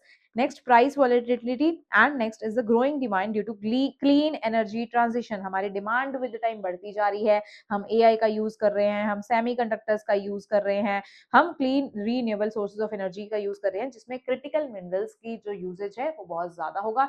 इसकी वजह से क्रिटिकल मिनरल्स की जो डिमांड है वो मार्केट में बहुत ज्यादा एक्सपेंड हो रही है। That's why we need more and more supply of the critical minerals. Next is the function of this observatory. So ये सप्लाई चेन की मॉनिटरिंग करेगा, ये मॉनिटरिंग करेगा कि हमारी जो कंट्री है अगर क्रिटिकल मिनरल्स कहीं से ला रही है तो वो किन किन कंट्रीज से, किन किन रूट्स से ला रही है। तो सबसे पहले जब ये उन रूट्स को एनालाइज करेगा, ये सप्लाई चेन्स को एक्चुअल में एनालाइज करेगा, देन ही फर्दर ये उस डेटा के बेसिस पे उसको डाइवर्सिफाई करने के लिए यहाँ पे सजेशंस दे सकता है। देन रिस्क आइडेंटिफिकेशन, कि किस तरीके से सप्लाई चेन जो हमारा चल रहा है, सप्लाई चेन में किसी भी तरीके के अगर डिस्ट्रप्शंस आ रहे हैं तो उसको आइडेंटिफाई करने का काम करेगा। जियोपॉलिटिकल रिस्क्स अगर अगर क्रिटिकल मिनरल्स की सप्लाई से एसोसिएटेड है तो उसको आइडेंटिफाई करने का काम करेगा। मार्केट वॉलेटिलिटी, अगर प्राइस में किसी भी तरीके का कोई फ्लक्चुएशन आने वाला है तो उसको आइडेंटिफाई करने में हेल्प करेगा। एंड बोटलनेक्स, कोई भी अगर इशू हमारे अभी पकड़ में नहीं आ रहे हैं बट फ्यूचर में जाके वो इश्यूज जो है वो कहीं ना कहीं आ सकते हैं, तो उसको भी आइडेंटिफाई करने में हेल्प करेगा। देन अर्ली इंटेलिजेंस प्रोवाइड करेगा, इन्वेस्टमेंट सपोर्ट भी ये प्रोवाइड करेगा। दिस इज द पॉइंट जहां पे आप कंफ्यूज हो सकते हैं कि ये जो है मॉनिटरिंग तक सीमित होगा इसका काम या रिसर्च तक सीमित होगा, तो नहीं, ये इन्वेस्टमेंट पर्पसेस के लिए भी यहाँ पे हेल्पफुल रहेगा। तो ये पॉइंट आपको याद रखना है। तो पॉलिसी सपोर्ट तो हम स्टार्टिंग से देख ही रहे हैं। फिर बात करते हैं इंडिया के लिए क्या सिग्निफिकेंस हो सकता है। तो इंडिया के लिए भी सिमिलर काइंड ऑफ सिग्निफिकेंस हो सकते हैं कि क्रिटिकल मिनरल की हमें सिक्योरिटी प्रोवाइड मिलेगी, क्लीन एनर्जी की तरफ ट्रांजिशन होगा, स्ट्रेटेजिक ऑटोनॉमी होगी, टेक्नोलॉजिकल सिक्योरिटी होगी, सप्लाई चेन रिजिलियंस देखने को मिलेगा, और इंडिया यूके पार्टनरशिप भी जो है वो भी यहाँ पे एनहेंस होगी। तो ये सारे मेजर इसके एलिमेंट्स हैं। देन हम ये सारी जो चीजें हैं ये हमारे मेंस फोकस्ड है। फिर हम देखते हैं कि इससे एसोसिएटेड प्रीलिम्स में क्या क्वेश्चन बन सकता है। With reference to the India UK critical mineral supply chain observatory we have to consider the following statement. ये जॉइंट इनिशिएटिव है इन 3 ऑर्गेनाइजेशंस का, तो ये स्टेटमेंट यहाँ पे गलत है, सॉरी सही है। It aims to monitor and analyse global critical mineral supply chains, सही है। It was launched under the framework of the India's critical mineral mission alone without any bilateral component, no, UK की bilateral cooperation के साथ ही हमने इसको establish करा है, तो ये स्टेटमेंट यहाँ पे गलत हो जाएगा। नेक्स्ट है it can support identification of the supply risk and generate market intelligence, तो यहाँ पे हमारा फर्स्ट, सेकंड एंड फोर्थ यहाँ पे सही हो जाएगा, तो ऑप्शन नंबर बी यहाँ पे सही हो जाएगा। तो यहाँ पे हमारा ये इंटरनेशनल रिलेशंस वाला टॉपिक खत्म होता है। इसी तरीके की और इन्फॉर्मेटिव वीडियोस के लिए सिविल स्क्रिप्ट के चैनल को फॉलो करते रहिए।